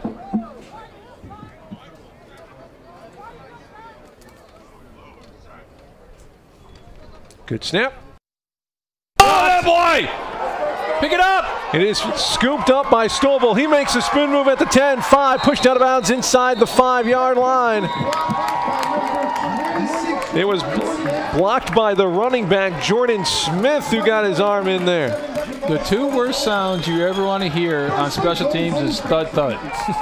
I'm serious, because everybody in the stadium can hear it. It's thud, thud. The other one side, watch where he comes in from the gap. See, a little high snap. You know, he took 2 steps. That's on the punter. Punter in that situation, you got to have a 1-step release. He did 2, and they gave us enough time.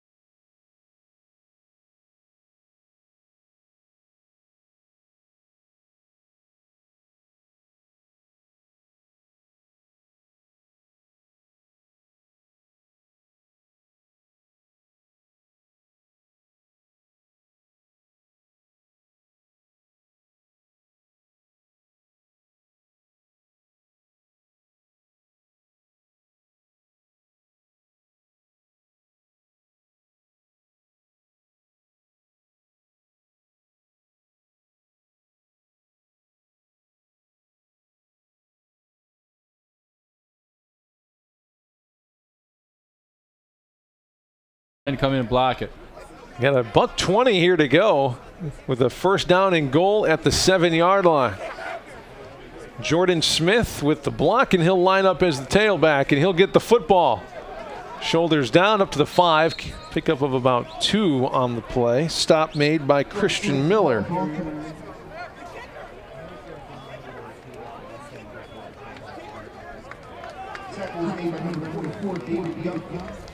60 seconds and counting here in the first half. Saints comfortable in the lead, 28-zip.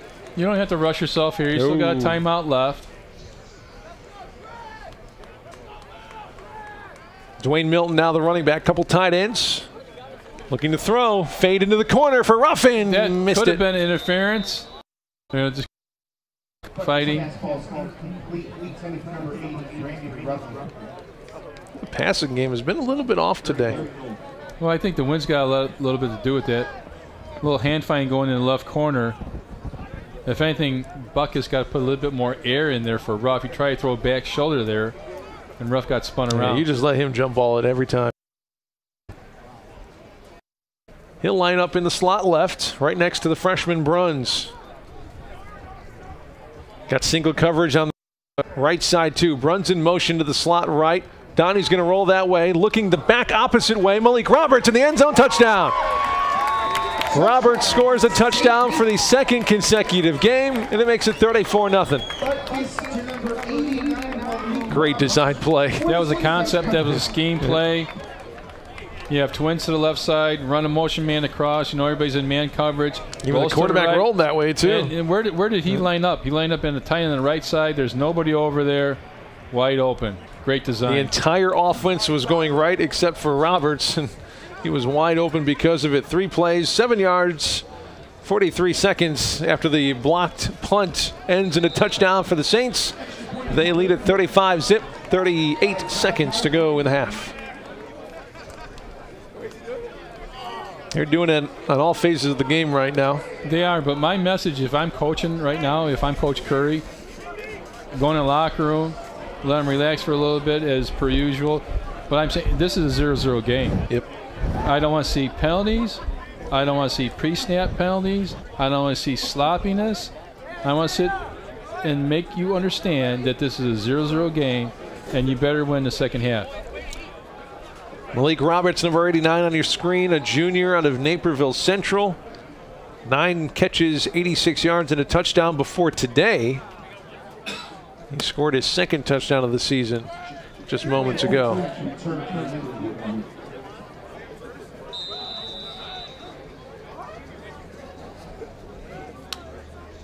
Roberts, 2 catches, 20 yards, and a score today.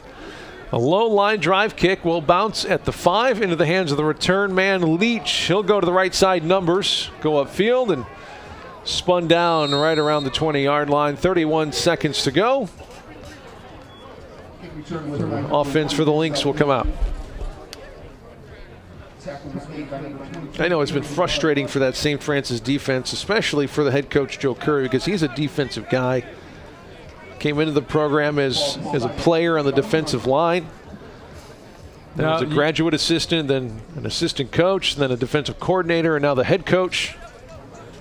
And yeah, just a defensive guy. His dad was a defensive guy, was an assistant coach until this year, who I believe I saw on the sidelines before the game, even though he doesn't coach anymore. But with the way the defense has performed throughout the season, you can tell the frustration level that he's had when we talked to him before the game. They stepped up here today. But you're going to be selfish. You're going to be like the starting pitcher who's got a shutout in the 7th inning. You want that shutout.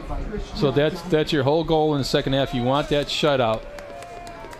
Final seconds ticking off, and you literally just heard it, didn't you? Outstanding. Outstanding. It's like you've been around the game before, Lee. A little bit, a couple of times. You heard I don't know if you picked it up if you were watching on your computer or smartphone there, but Coach Curry, we can hear in our field microphone, said 0-0, let's go. I don't know if the Saints are playing quite up to Dick Butkus's standards, but they are playing up to Donnie Butkus's standards here today with a 35-0 lead going into halftime. We'll get some halftime numbers and some thoughts coming up in a little bit. If you're listening on the radio side, Andre will have a halftime report for you, and we'll be back in a little bit on the TV side as well. Halftime is 35-0. The Saints lead it here in Joliet.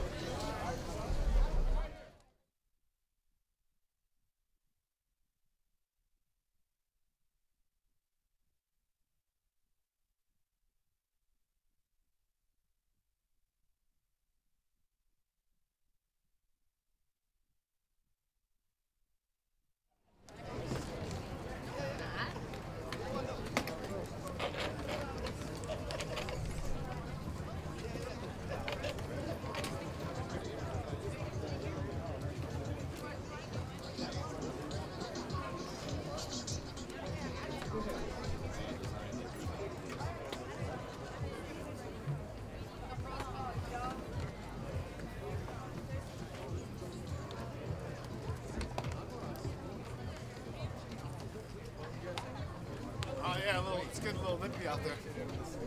I know. I lucky I brought a jacket. Y'all slip my camera in my hair. Thanks. Oh, you good.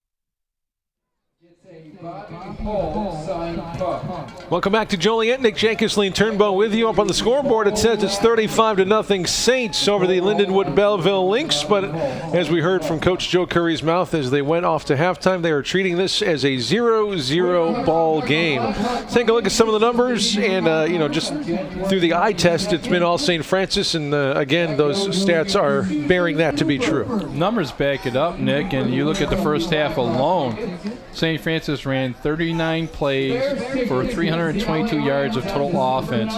Lindenwood, 27 plays for just 78 yards of offense. St. Francis held the ball for almost 17 and a half minutes in the first half, converted 4 out of 6 third downs. But the thing I like best, 5 times in the red zone, 5 scores out of it. Individual stats, Dwayne Milton, 13 carries for 120 yards and 3 touchdowns in the first half. Donnie Bucket, 6 out of 13 for 146 yards and 2 touchdowns. Brandon Ruffin caught 2 early for 87 yards. Dwayne Milton caught a pass for 22. Isaiah Williams had a catch for 17 yards and a touchdown. But it's just overall a dominating performance by St. Francis. And we talked about Dickinson. He has 5 tackles in the first half. He was all over the field plus a sack. Absolutely, but there are some areas that they can definitely improve on. So if we're going to, if we're going to praise them for being up 35-0, let's not pretend that they've done everything that even is up to Coach Joe Curry standards. Offensively, they put 35 points on the board, but Donnie Buckus is only 6 for 13. He's under 50% passing for the game. We haven't seen a ton of pressure on Chester, the quarterback for Lindenwood. I know that was a point of emphasis for Coach Joe Curry's defense. He wanted to see some improvement, some pressure on the quarterback. We haven't really seen that very much. So there's some things that they can work on in this second half to try to get better with those 4 conference games on the horizon. That's really where the season is going to be, up or down. It's where it's going to be decided. It's going to be in the next 4 games after today.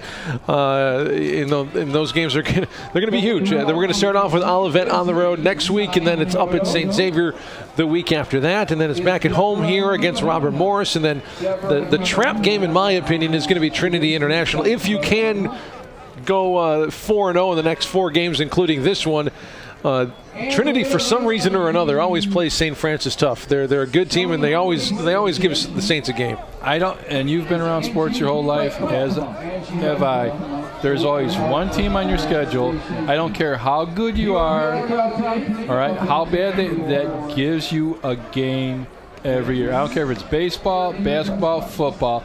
They just have your number. They play well against you for some reason. They get all the breaks. There's always one team on your schedule, and for us, it's Trinity. It really is. And after today, there's only 1 more home game, so 3 of the last 4 are on the road. That doesn't bode well very good for St. Francis, as we've talked about how important those games are, and 3 out of 4 of them are going to be on the road. Luckily, they're not very long distance drives. No, it's not like we're going to Sacramento, again, I mean, Jesus. or Quincy or Central Indiana like last week. We've gotten all the long road trips out of the way, just to Bourbonnais, Chicago, and Deerfield, but on the road nonetheless. It's going to be Lynx football to start things off. Josh Holberry will kick it off as he has the wind at his back here in the 3rd quarter. Let's see if the Lynx can make some kind of adjustment here at halftime to start putting up some yardage and points. The kickoff will go through the back of the end zone. And a touchback called, and that is where Chester and company will take over, see what they can do here in their first drive of the second half. The thing I'm looking for out of St. Francis defense is tackling. They missed a couple of tackles in the first half. Didn't wrap up as well as they should. I like the way they're swarming to the football, but in terms of making an individual tackle, still too much reaching with your arms, not fitting it up.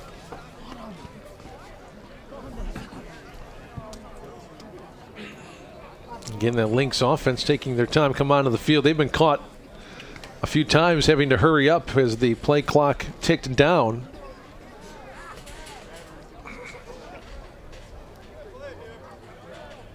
And Chester, their starting quarterback, 52% through the air this year, approaching 600 yards. Just 1 touchdown to 6 interceptions, though. Hasn't seen either one of those quite yet. He has fumbled today. First play of the half will be a carry by Jaquay Owens. And he'll find about 3 yards there as he took it outside right. Mason DeLong comes to his linebacker spot, number 47, inside-out relationship. Almost overran it, but still had enough behind it to make the tackle. You saw 59 Alex Rudiger there, the nose tackle out of JCA. A lot of Joliet Catholic products suiting up for the Saints. Let's keep an eye on number 44 here, Alex Lomi, standing up on the left defensive end spot. 2nd down and 6. They will run it. Nice play at the line of scrimmage. Again, putting down the running back Owens. That Saints defense. I think Rudiger made a play there as well. He did. Antonio Jameson came in too and cleaned it up a little bit. It's 31, Antonio Jameson out of Plainfield East. He's from Bolingbrook, a junior, leads the team in tackles. You'd like to see your linebacker at the top of the tackle list. 3rd down and 4 to go. Blitz being shown. That is Jameson. He will. Throwing. It was dropped. Looked like a sure 1st down, but Ricardo Henry couldn't hang on. And it's going to be a 3 and out for the Saints defense in the first play of the half. That's what you want to see. You couldn't start the second half any better. 3 and out. What's the pop right there with the shoulder pad? Right under your chin. Mr. Randai says hello. Take it to the house, blaring here on the stadium sound as Justin Bruns, the freshman, hoping to do just that here on the punt. He'll stand at his own 36-yard line off the right of your screen. The punter is Riley Ripper, the freshman. He's got a nice leg, but he'll be punting into a wind here. Oh, it's a fake. He's going to throw it. He's got a man open. It's caught, and it's going to be a 1st down. It's Jordan Flores cutting it back toward the middle to the 45, up to the 40, still on his feet to the 35-yard line, to the 30, pushed out at the 26-yard line, and the fake works to perfection for the Lynx. But Flores took a hit at the end. No one in the world would expect a fake punt like that. Nope. Coming out of halftime down 35-0. Perfect time to run it. What have you got to lose? Watch it. He rolls to the right, set it up. Look at that. I thought maybe we had a chance to pick it off, but even with the basket catch over the shoulder, look at the wall he's got set up, and look at the way he cuts his back. Cuts across the grain. That's a huge play, all the way down to 25 for the Lynx. It's their biggest play of the game. 45 yards on the pass from Ripper to Flores.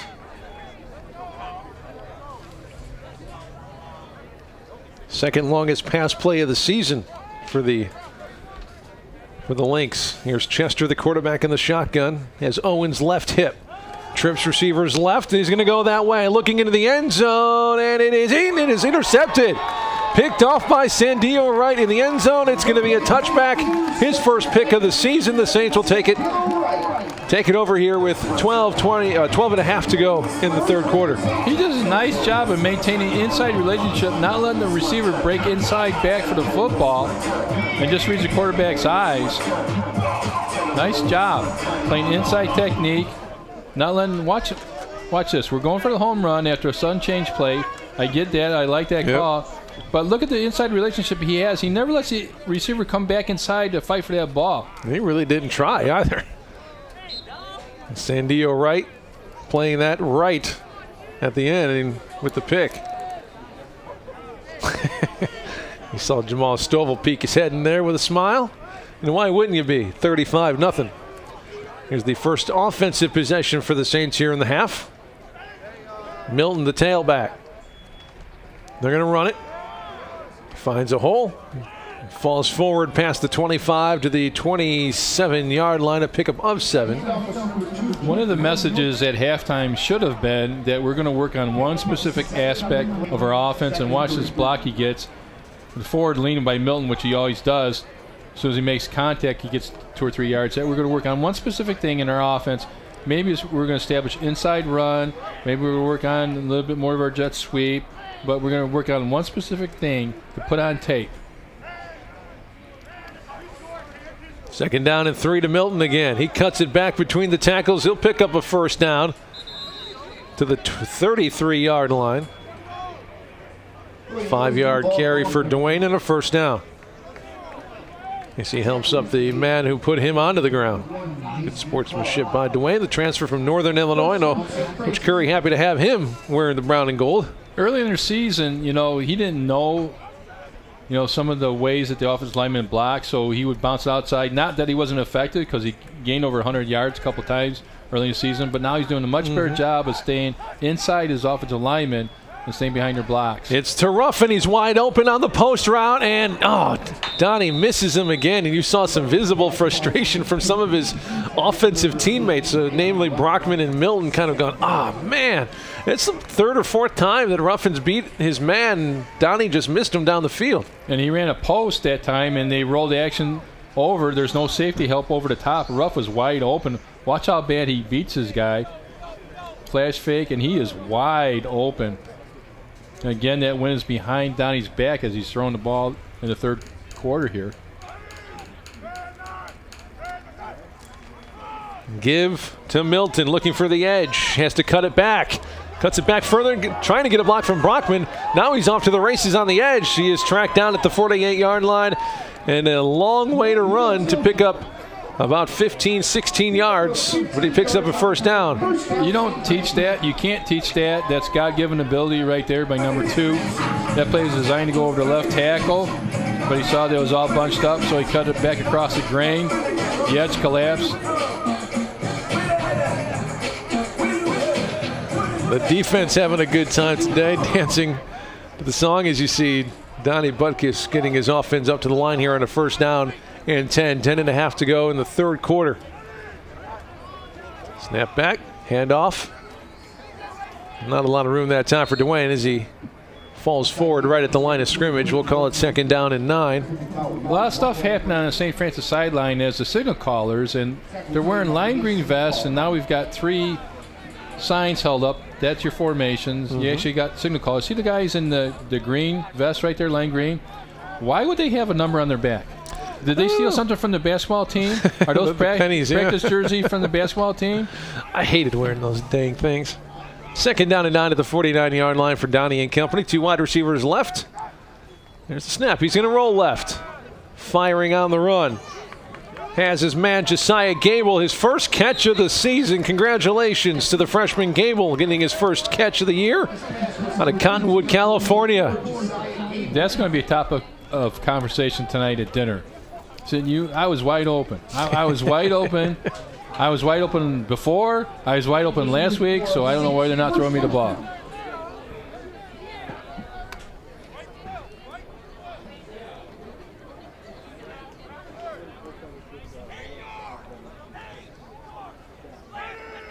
Ruffin wide left. They're going to give to Milton again. He finds a hole. Tried to cut back. Gets to about the 40-yard line. Picks up 4.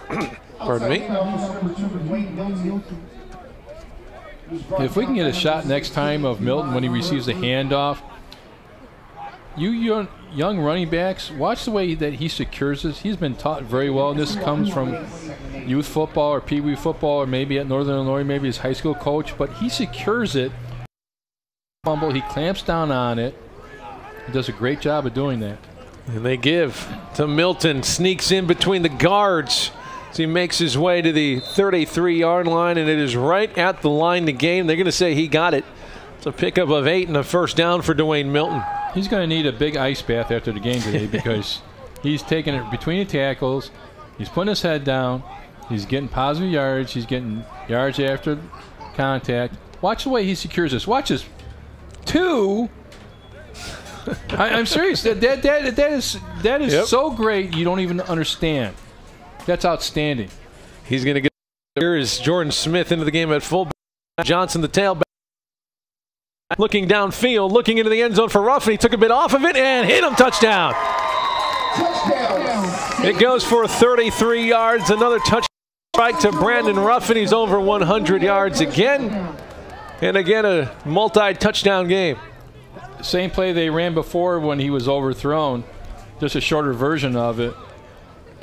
Sorry, his first touchdown. The first was to Malik Roberts, but Brandon Ruffin, just his third catch, over 100 yards and a touchdown. 3 for 120 and a score. Another 100-yard game. This one on just 3 catches. Sometimes you don't appreciate greatness, and I don't use that word hardly ever, but people, when you watch St. Francis football and you concentrate on number 80, you are seeing greatness because he's doing things that he shouldn't be able to do. You know what I'm saying? I'm not saying he's not athletic gifted. I'm not saying the offensive scheme is, you know, anything. But I'm saying that young man right there, number 80, that's outstanding. And we've had some really good wide receivers here at St. Francis. We had some good quarterbacks, but that combination of Buckus and Ruff, that's outstanding. Now 131 catches on his career. He's 9 behind Lexus Jackson for number 2 on the all-time receptions list. With 120 yards, he now has 2,456, which is number 1 in career numbers. And that is 32nd touchdown, which is 10 more than number 2 on the list, Lexus Jackson. Just an incredible career. Oh, and by the way, he's just a junior, so he's got another year to go. Kickoff will be returned from the 5.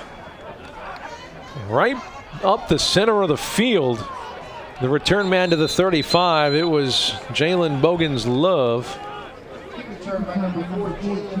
So I'm going to play, this is in film session, no matter how this game ends.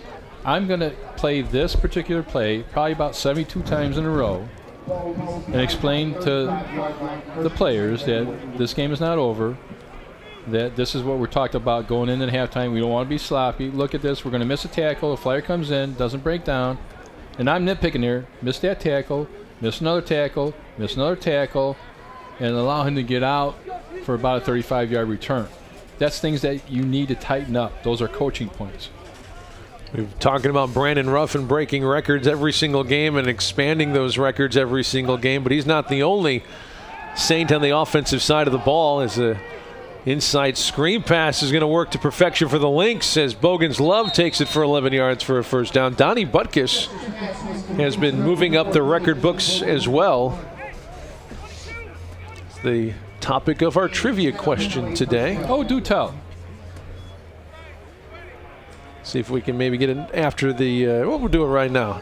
As you see, Donnie Butkus moved up in St. Francis record book last week. Now he's now number 2 in career passing touchdowns with 49, and 3rd in career passing yards with over 5,500. Oh, as we see the first down run go for another first down.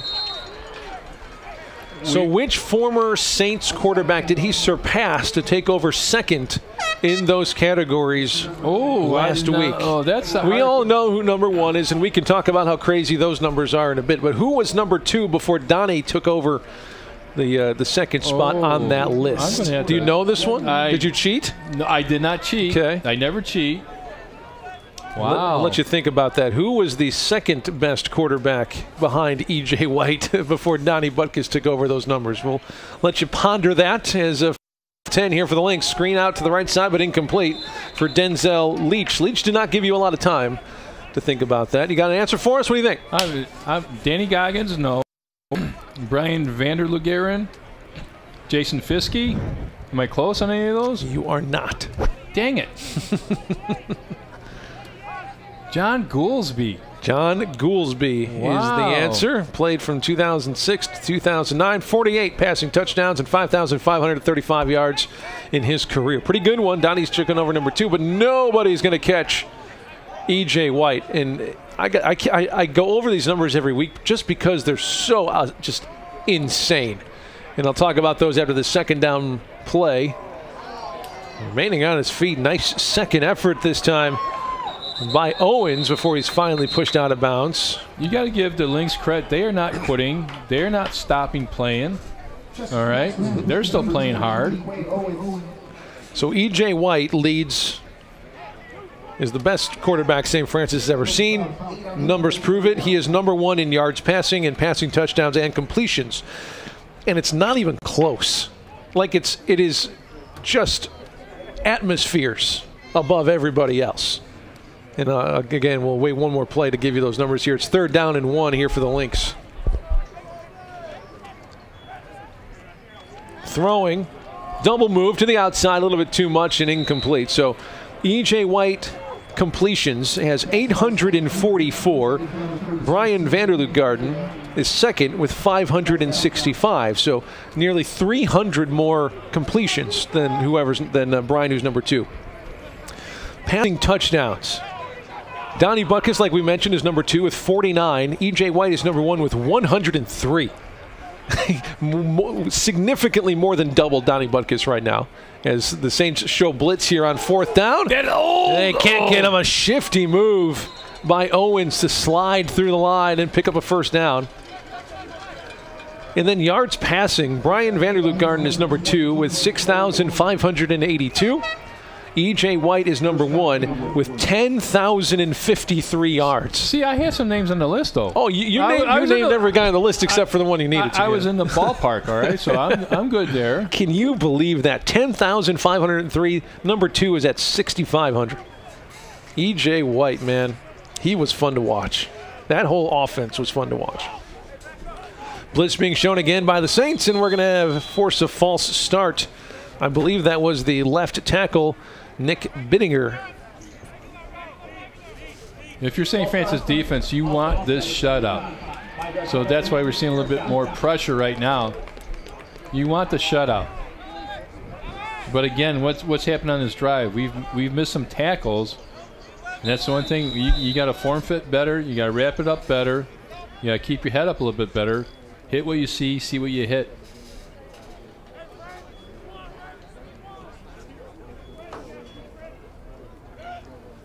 First down and 15 after the penalty.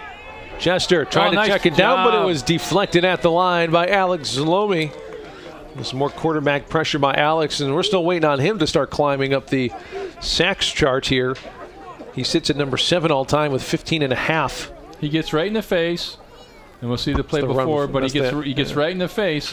We're talking about missed tackles. That's a perfect example right there. There's stuff you never stop learning, you never stop coaching. I don't care if it's game 1, practice 1. Look at Zolomi from the left end. Get the hand up. Can't get it to him, get your arms up.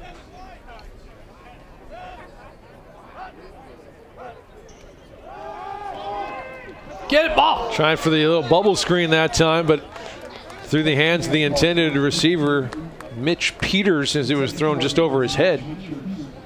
We might have found a diamond in the rough because Chris Johnson, 51, has been all over the field today. He's actually played outstanding football today.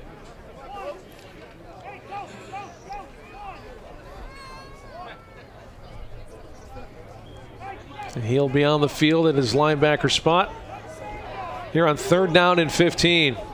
10 on the play clock here for the Lynx.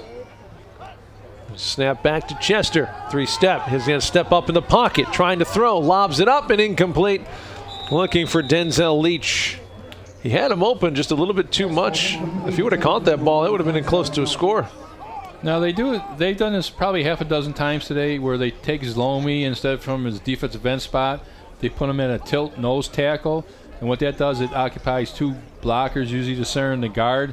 And a lot of times St. Francis has come with some kind of blitz action off of that.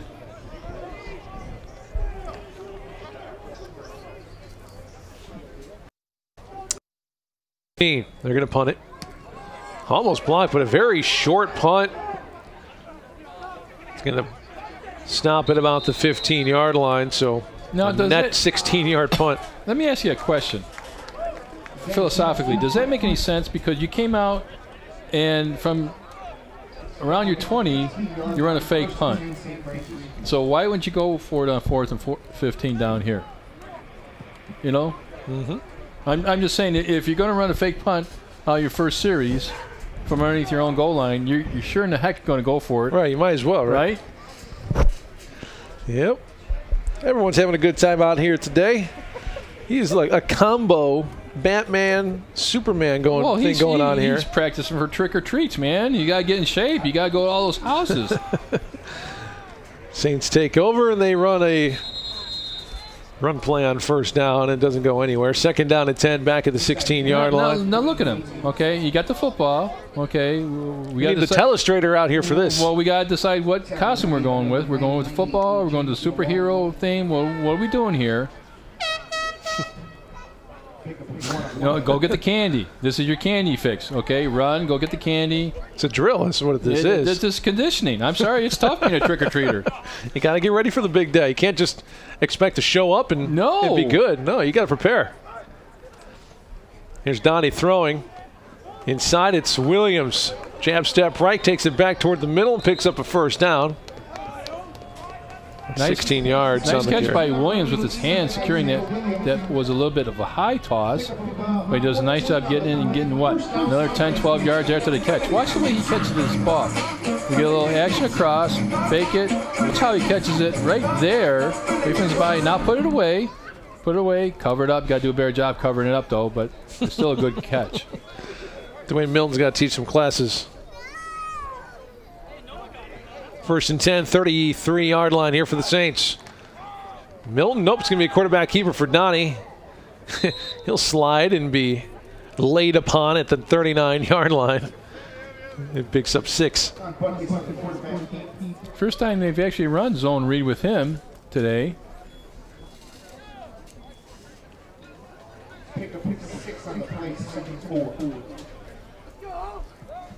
It seems like he's been here since 1972, doesn't it? Yeah, he's been here for 6 years. Mr. Buckets. A couple redshirt years, and he's a senior this year.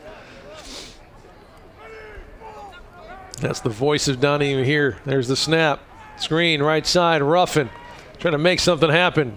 He'll pick up a first down and spun down at the 45-yard line. That's just enough to move the chains. 2.5 minutes to go here in our third quarter.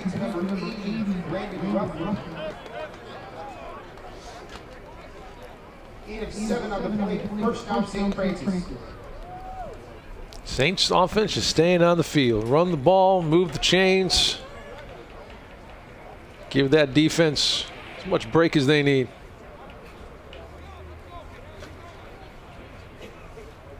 I don't know if that defense needs to take a shower today. Ruffin again in motion. They're going to counter with Milton. Oh, he slips through the line. He's got a blocker as well. Uses it to the 30. Up to the 25, and he's out of bounds. It's a 29-yard carry for Dwayne Milton. Outstanding job by the wide receiver. That's how you break long runs, boys and girls. Your wide receivers downfield are blocking. This would have been probably about a 15-yard run. But watch the block he gets. But watch the cut he gets off this block. Takes it right there, misses the tackle. But right here, wide receivers downfield block and cut inside and get an extra 15 yards.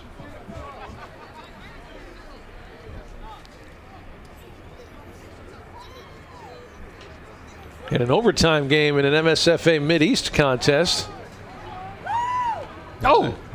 Big hit by Milton. Hopefully he's okay because he took a shot after that 9 yards. We have another Saint down back to the line of scrimmage as well. That's not good.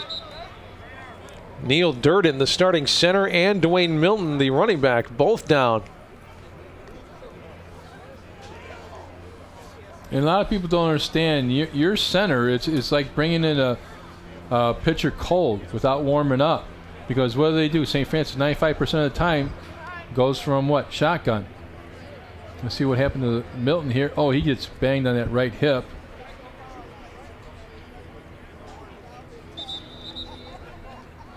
See who the new center is going to be.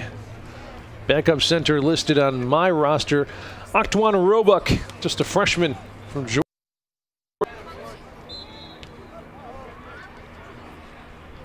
I think they're going to move Wentworth over. Yeah, Derek Wentworth is going to go from his right guard spot to center. So this should be interesting. Williams in motion. Good snap. Here's Donnie throwing down the middle of the field. Caught. Touchdown. Brandon Ruffin continues to pad his career touchdown leading numbers here for the University of St. Francis football program. One of the best to ever do it, and he just catch number 33 in his career. But he makes it look so effortless, so easy. Nice ball by Donnie Buckets. He puts it right on him. Look at, doesn't even have to move. Holberry's extra point will make it 48. Doesn't he just make it look so effortless? Like it takes him no effort to make those catches. 7 plays, 84 yards, and a Brandon Ruffin touchdown. Took just 3 minutes and 47 seconds. Take a look at some of the games in the MSFA that have already been completed today. St. Francis, Indiana, number 13 in the country, hosting number 20, Siena Heights. Had to go in overtime for that one. 22-19, the Cougars of St. Francis beat Siena Heights.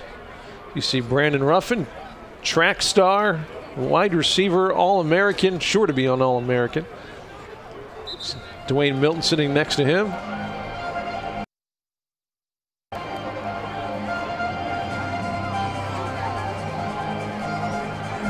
You know, E.J. White's numbers probably won't be touched. Brandon Ruffin's numbers, by the time he's said and done, as long as he can stay healthy. Even now, if he stopped now, it'd be hard to catch him. But he's got another year to go. Okay, so we should play one of those video games where we can build our own St. Francis football team. You know, so you take E.J. White at the quarterback and you put Ruff receiver. Oh, jeez. How ridiculous would that be? Good kick, angled over to Bogan, or that Owens rather, to the 26, 27-yard line. St. Xavier out of the top 25, but still receiving votes. Had a win today as well.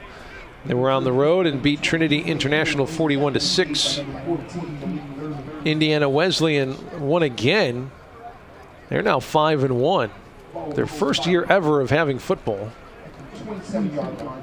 Marion beat Taylor today, 55-0. Marion is my pick to win the entire thing. How good are they? Every year they're just ridiculous. First and 10. Final 40 seconds of the third quarter. Handoff gets to about the 30-yard line. Pickup of 2 that time for Bogan's Love. And who again was there? Dickinson. It's your guy. Tackle was made by number 92, Sean Johnson. Second down. Look, comes down, squeezes it down. He's underneath the pile. Right there at 92, making a tackle.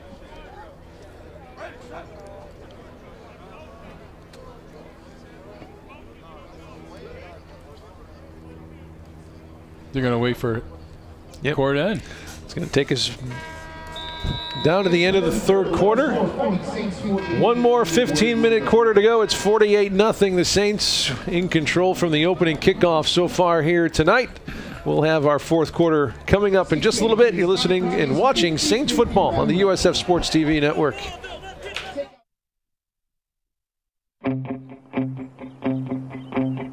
There's a call to be answered. Time is still on your side. The pads still feel good.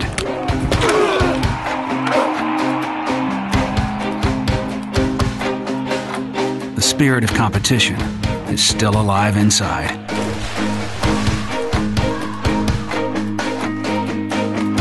The desire still drives. A new team welcomes you and challenges you.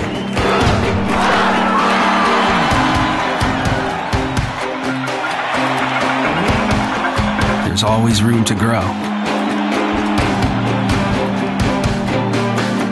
The phrase student athlete has a great ring to it.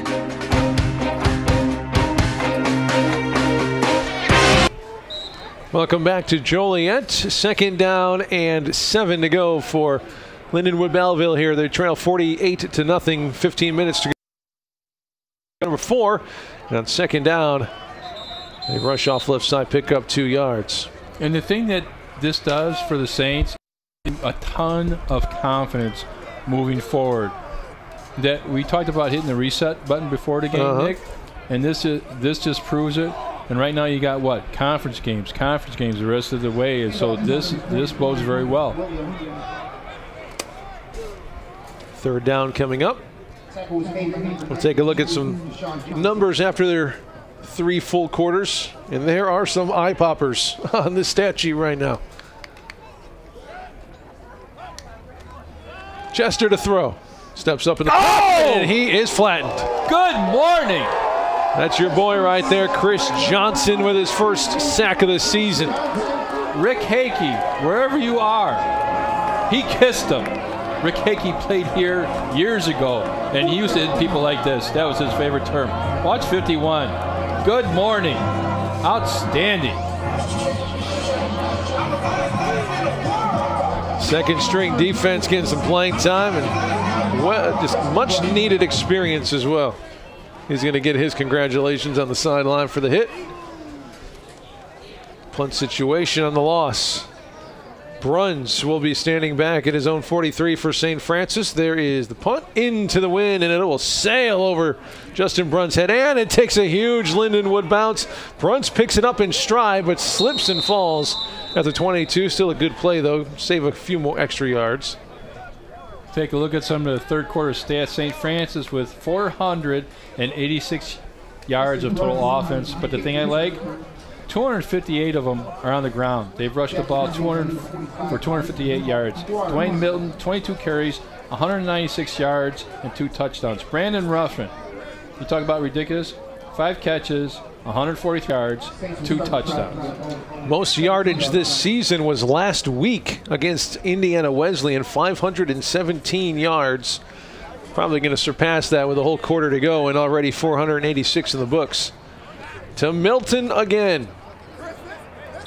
After the first down play, picks up 2 yards. You expect him to make sure he gets over 200 and pull him from the game. Yeah. I don't know why he's still in there now, to be honest with you. To get over 200 yards. I'm telling you, that's exactly why. I hope he doesn't get hurt.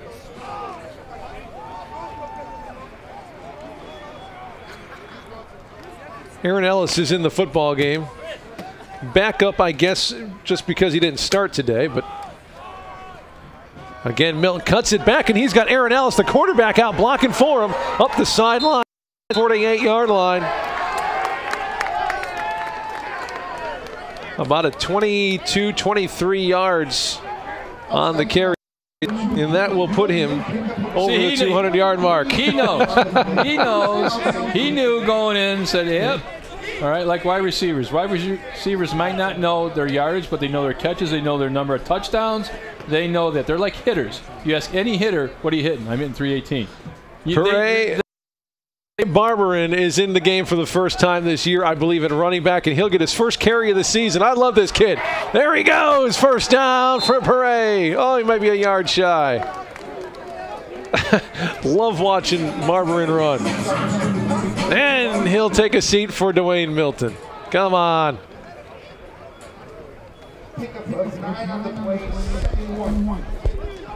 We're saying Aaron Ellis in the game at quarterback. You see Pere just drag a few links for another 4 or 5 yards after the initial contact.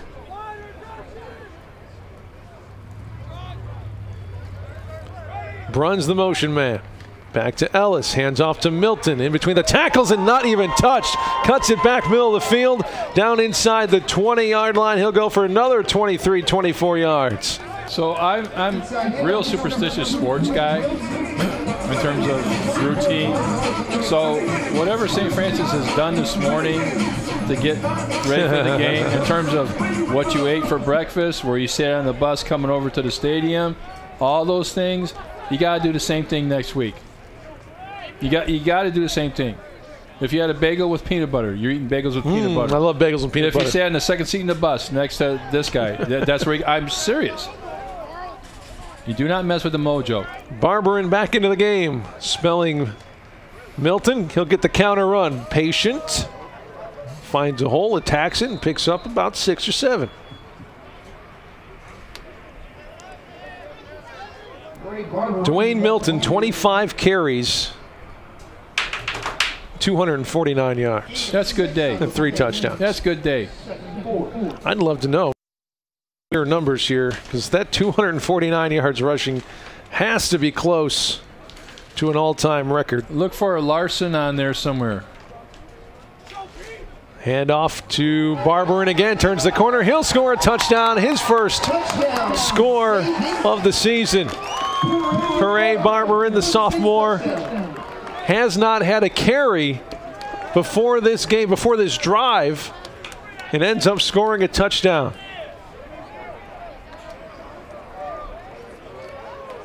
This looks like an Alabama offense today. You know, kind of like what they do. This has just been an outstanding effort by the Saints today. Up, down, first man on the roster all the way to the last guy.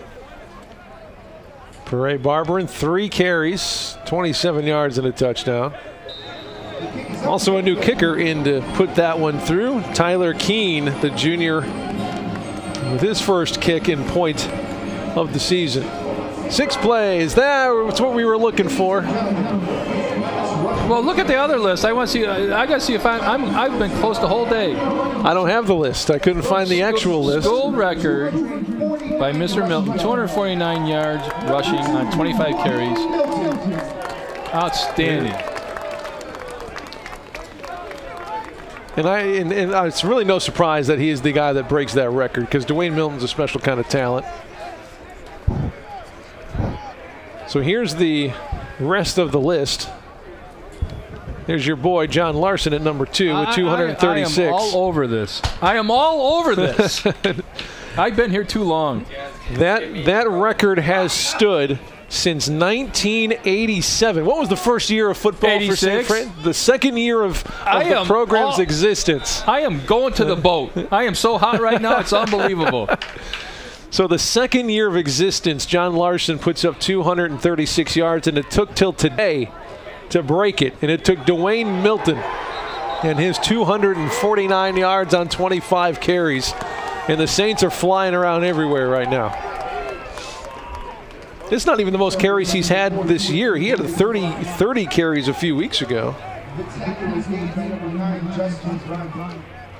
Yeah, my career leaders, the only stats they give me for the career leaders list are passing, receptions, and sacks. But now we're going to have to see some rushing stats on it. I'm like a steel trap, aren't I? You are. You haven't lost a bit in your old age. You know that? Wow, that's not even a warning shot across the bow. It's just a direct hit. Water here. There he is, the record breaker, number 2. Going to run the football again between the tackles on first down as we tick under 10 minutes to go. I think, though, you know, this might be the most watched game of the season. I don't think anybody's turning off to go watch something else or listen to this, right? Why would you? We got fans all over the country. We got fans in Boston. I want to say hello to Janet in Boston. I believe I know she's a big fan. You know, she's the president of the Lee Turnbull membership club, fan club. You know what? How many people are in it? Her, I think. One, just one. She's trying to recruit new members, but I know she listens or watches or whatever. And mother of one of the assistant coaches, Mike Cerullo. So Janet and everyone listening and watching out in Boston. Hopefully your Red Sox do okay in this playoffs. Oh, she got double dipped, don't she? You can watch that game tonight, right? Mm-hmm. Nice. I know that's what I'm going to do. I'm going to go home and go lay on the couch, make some popcorn, and watch that game. It's my mother-in-law's birthday today. If we're giving shout-outs, happy birthday well, you might as well pass along to Laura, my mother-in-law, turning 38 years old today. Wow, that's a young mother-in-law. I'm just saying. Kill me if I said her real age. Nice pitch and catch outside and pick up about 7. It was Alex Norzagari, the freshman out of El Paso. Looked like he went out of bounds, but they kept the clock moving. I think contact was made inbounds, so that's why officials are a little lenient on that. Mm-hmm.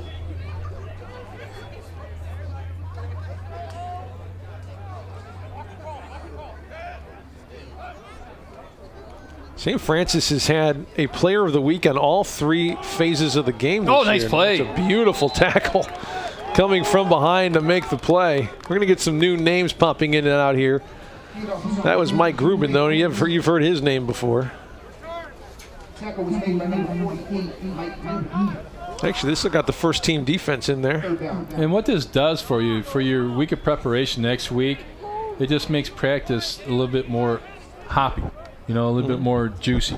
It makes your dinner tonight taste better. It makes sleeping in tomorrow feel better. It makes films tomorrow better. 3rd down and 4 here for LUB. They run it to Owens. He's got some room outside. Takes a little help from his wide receiver blocking and takes it up to midfield. That's a 12-yard carry and a 1st down for Lindenwood-Belleville. 7:20 to go in the ball game here. Just like the kickoff return that I said that would be the first play I watch in the films, this would be the second play. I don't care if the score is 55-0. I do not care. You have to play your assignment football. You have to set that edge in the backside. All right, not let that guy bounce outside. Little coaching points. Attention to details. You've been Mr. Attention to Detail today.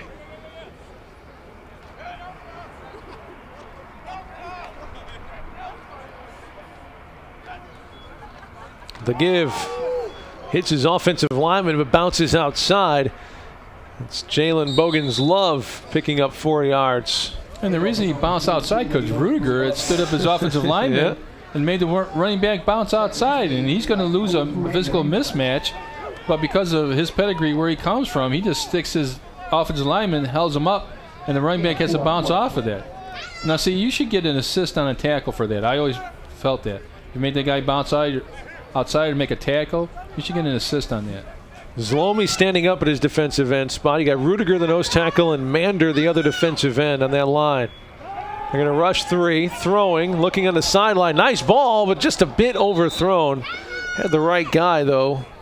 Missed his receiver, Stephen Candelaria.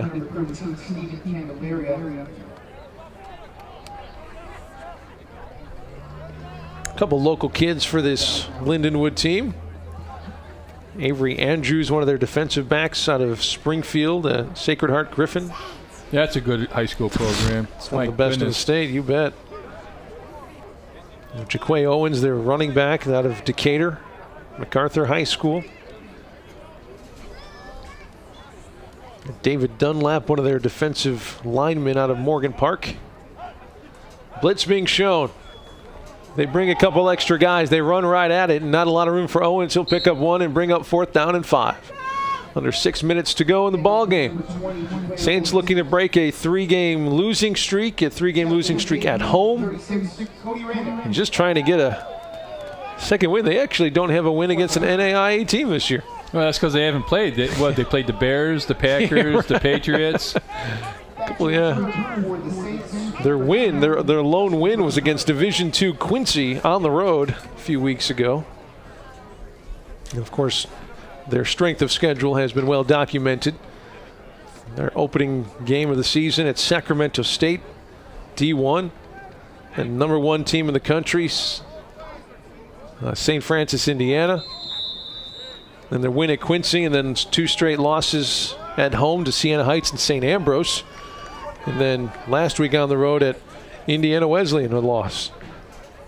And the games you should have won. Last week against Indiana Wesleyan, should have won that game. I didn't get a chance to see St. Ambrose. I'm not sure how close that was. From what I understand, Siena Heights was a pretty gosh darn good team. Siena Heights was good. St. Ambrose was very good too. But you take a look at the records going into this game, pretty impressive. I think there's only, I know there's under 5, but it might be like 2 or 3 losses combined for all the teams Francis has played this year. Pretty incredible. Pere Barberin with the carry again, and all he does is average 7 yards a carry. He picks up a 1st down there. Well, Dwayne Milton on his 25 carries, 249 yards, school record. That's 10 yards a pop. Really, the Saints they really only run 3 running backs, but they have more if they wanted. One of them is this guy, Pere Barberin. He's like 4th on the depth chart, but he would start for a lot of teams. Motion man, but they counter with Barberin. He cuts it between the tackles right up the center of the field to the 30-yard line and picks up 9. You're going to hear that bench get louder and louder as it ticks down here. That's a view on the other side of the stadium. Pretty cold day. Started off around 55. It's probably dropped a good 5-7 degrees or so. They're bundled up there on the opposite side.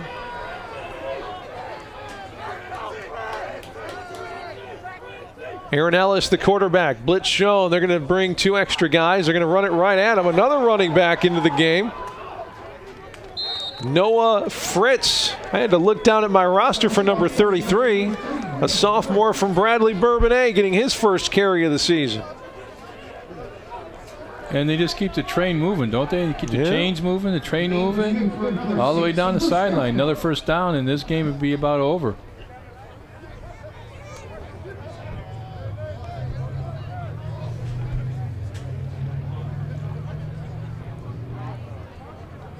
Derek Wentworth here. Again, they're going to run it with Fritz. He's hit at the line and picked up one. Second down, 3:20 to play.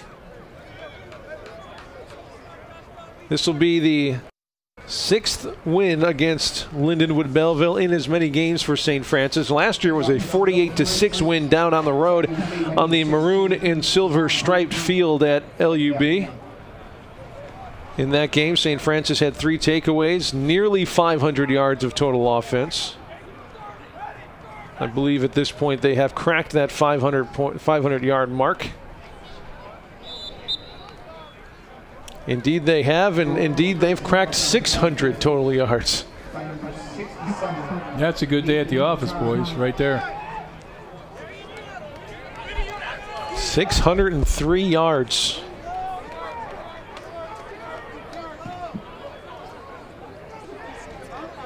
.372 on the ground, 228 through the air. That's about a couple plays old. Third down here, Aaron Ellis waiting for the play clock to tick down. Sends a man in motion, takes a snap, counters again.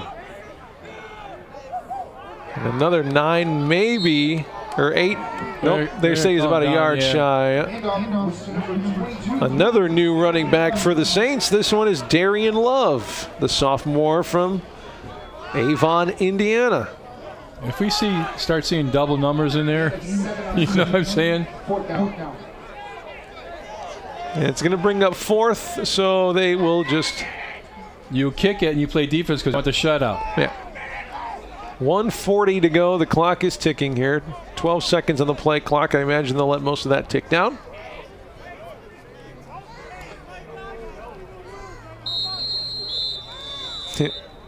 Timeout called by the Lynx with under 90 seconds. Freaking kidding me. So, taking a look at some of the numbers. 607 total yards of offense for the Saints today. 379 on the ground, 228 through the air.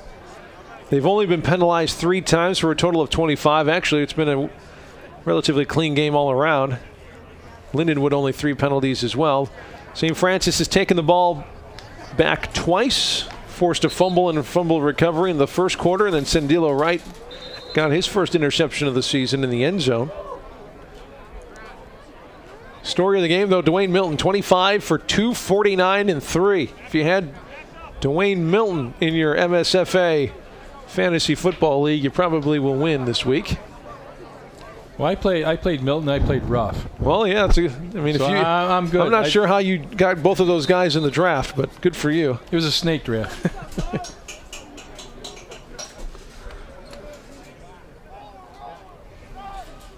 Holberry takes the snap, punts it away, low, skip across the ground, and touched by Mike Johnson.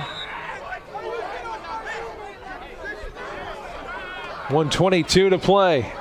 The Saints defense will have one more drive to maintain that shutout. I expect a lot of passing. For Lindenwood-Belleville, 202 total yards, 114 through the air, 88 on the ground. Pretty good day for the St. Francis defense, and we will try to talk with Coach Joe Curry after the game, see if he's as happy as we are with the performance. Of course, coaches always have a different point of view.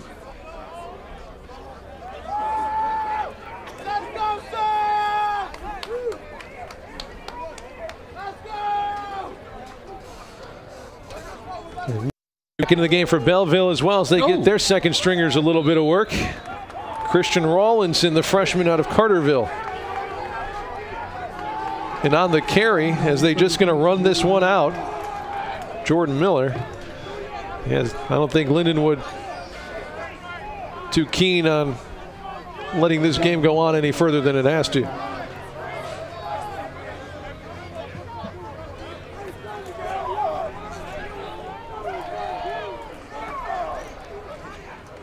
And a fumbled snap. The Saints, it's kicked toward the Saints end zone. A race for the football, and it looks like Lindenwood jumped on it at the 10-yard line. They did. They forced another fumble but couldn't quite pick it up. 36 seconds remain. There is a 2-second differential, so they will have to snap this football and run at least one more play.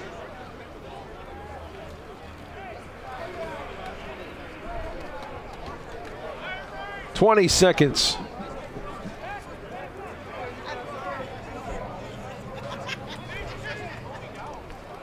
You see the effort trying to scoop and score. Here's the snap, the turn to give. Nowhere to go there. Deshaun Dickinson is going to put an exclamation point on this one for the Saints. There's the final horn. The Saints needed a win, and they got one in a big way. A shutout victory for the defense. The offense puts up some record numbers, 55, 249 yards on 25 carries for Dwayne Milton. And a heck of a performance offensively for these Saints. We'll take a break. When we come back, we're going to have some final numbers. Can we be back in 60 seconds? Right after this, you're listening and watching Saints football on the USF Sports TV network.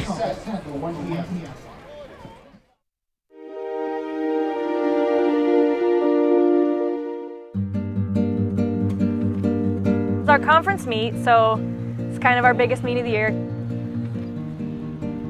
Sharon was a Lindsey Wilson runner.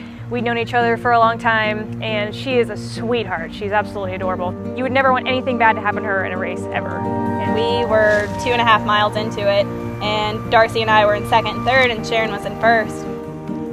We knew that she had gone the wrong way because we could barely still see her. She was still pretty far in front of us. She still came in third place at the finish, but I came in first and Danielle came in second. Immediately, we just go, no! We both literally did this motion with our arms. We didn't want the credit for first and second because we knew that's not what it really was. Well, I'm very proud of our girls. You know, you can't help but be proud. Anytime someone does the right thing, no matter what. In our day and age now, it's everybody out for themselves mostly. And I think it's just, we're teaching the kids the wrong thing when we do something like that. We need to teach them, yeah, you want to win. You want to be the best. You should strive to break a record. But remember, you know, the lifestyle you live is the most important thing of all. Welcome back to Memorial Stadium. The final score, 55-0. Coach Curry addressing his team on the field, and we'll talk to him as soon as he's done with his post-game message. And we do have some final numbers to take a look at. And like we said before, Coach, they're quite eye-popping, especially on the offensive side of things. Total yards, 607. Again, we may need to take a look at that as far as records go as well. But the man that we were all watching, especially toward the end, number 2, Dwayne Milton, going to be joining us here post-game. First off, I know you heard the announcement in the stadium here, Dwayne. Congratulations on breaking the school record, 249 yards. Thank you, thank you. So what was it about this game that made that a possibility for you? We just came in here and worked hard, you know, stuck to our game plan. We wanted to run the ball on these guys, and that's what we did. I've been kind of banged up the last couple of weeks, but you know, I came back and I've been working all hard this week, and it came back and we were ready to go. It seems like that running back core that you guys have is pretty special. I mean, obviously you're the lead back so far, but with Mike and with Jordan, and we saw Pregame get a little playing time today. That's a pretty deep running back core. Oh yeah, they told me when I first got in here that we were going to be the closest group, and that's what we tried to do. We strive to be the closest group, and we all work together. We all work hard. So when one person, we just feed off each other, and I'm glad Pregame got in there and he just fed off the energy that we was going on. It was a great team win today. You're not banged up now. You feel pretty good right now. I mean, yeah, right now we feel real good. Yeah, 25 for 249, a couple touchdowns. I mean, that's got to feel pretty good. Oh yeah, I feel real good, and I'm glad, happy to be out here, good and healthy, and ready to go. Just on to the next week now. Well, I know you're going to be quite needed because the next 4 games, 3 out of the 4 on the road, they're all conference games. I think a new season for you starts now. So what are you going to take from today and help build on for the next couple of weeks? Just playing as a team. I think today we played as a team all around, every single phase, offense, defense, special teams. We played all together, and I think that's just what we need to do going on to the end of the season, is just playing as a team. Congrats, Dwayne. Go celebrate with your team, all right? Thank you. Dwayne Milton, he sets the record for most yards by a running back on the ground, 249 yards on 25 carries. Head coach Joe Curry down on the field. We're going to get his thoughts as well. And we just talked to Dwayne. It's a heck of a performance by him in that offensive line today. Yeah, we knew all along from day one when Dwayne got here that he had the potential to be that and do that. And glad we got on track today. He has been battling a little bit of a turf toe for the last couple of weeks. It's kind of limited his carries and kind of slowed him down a little bit.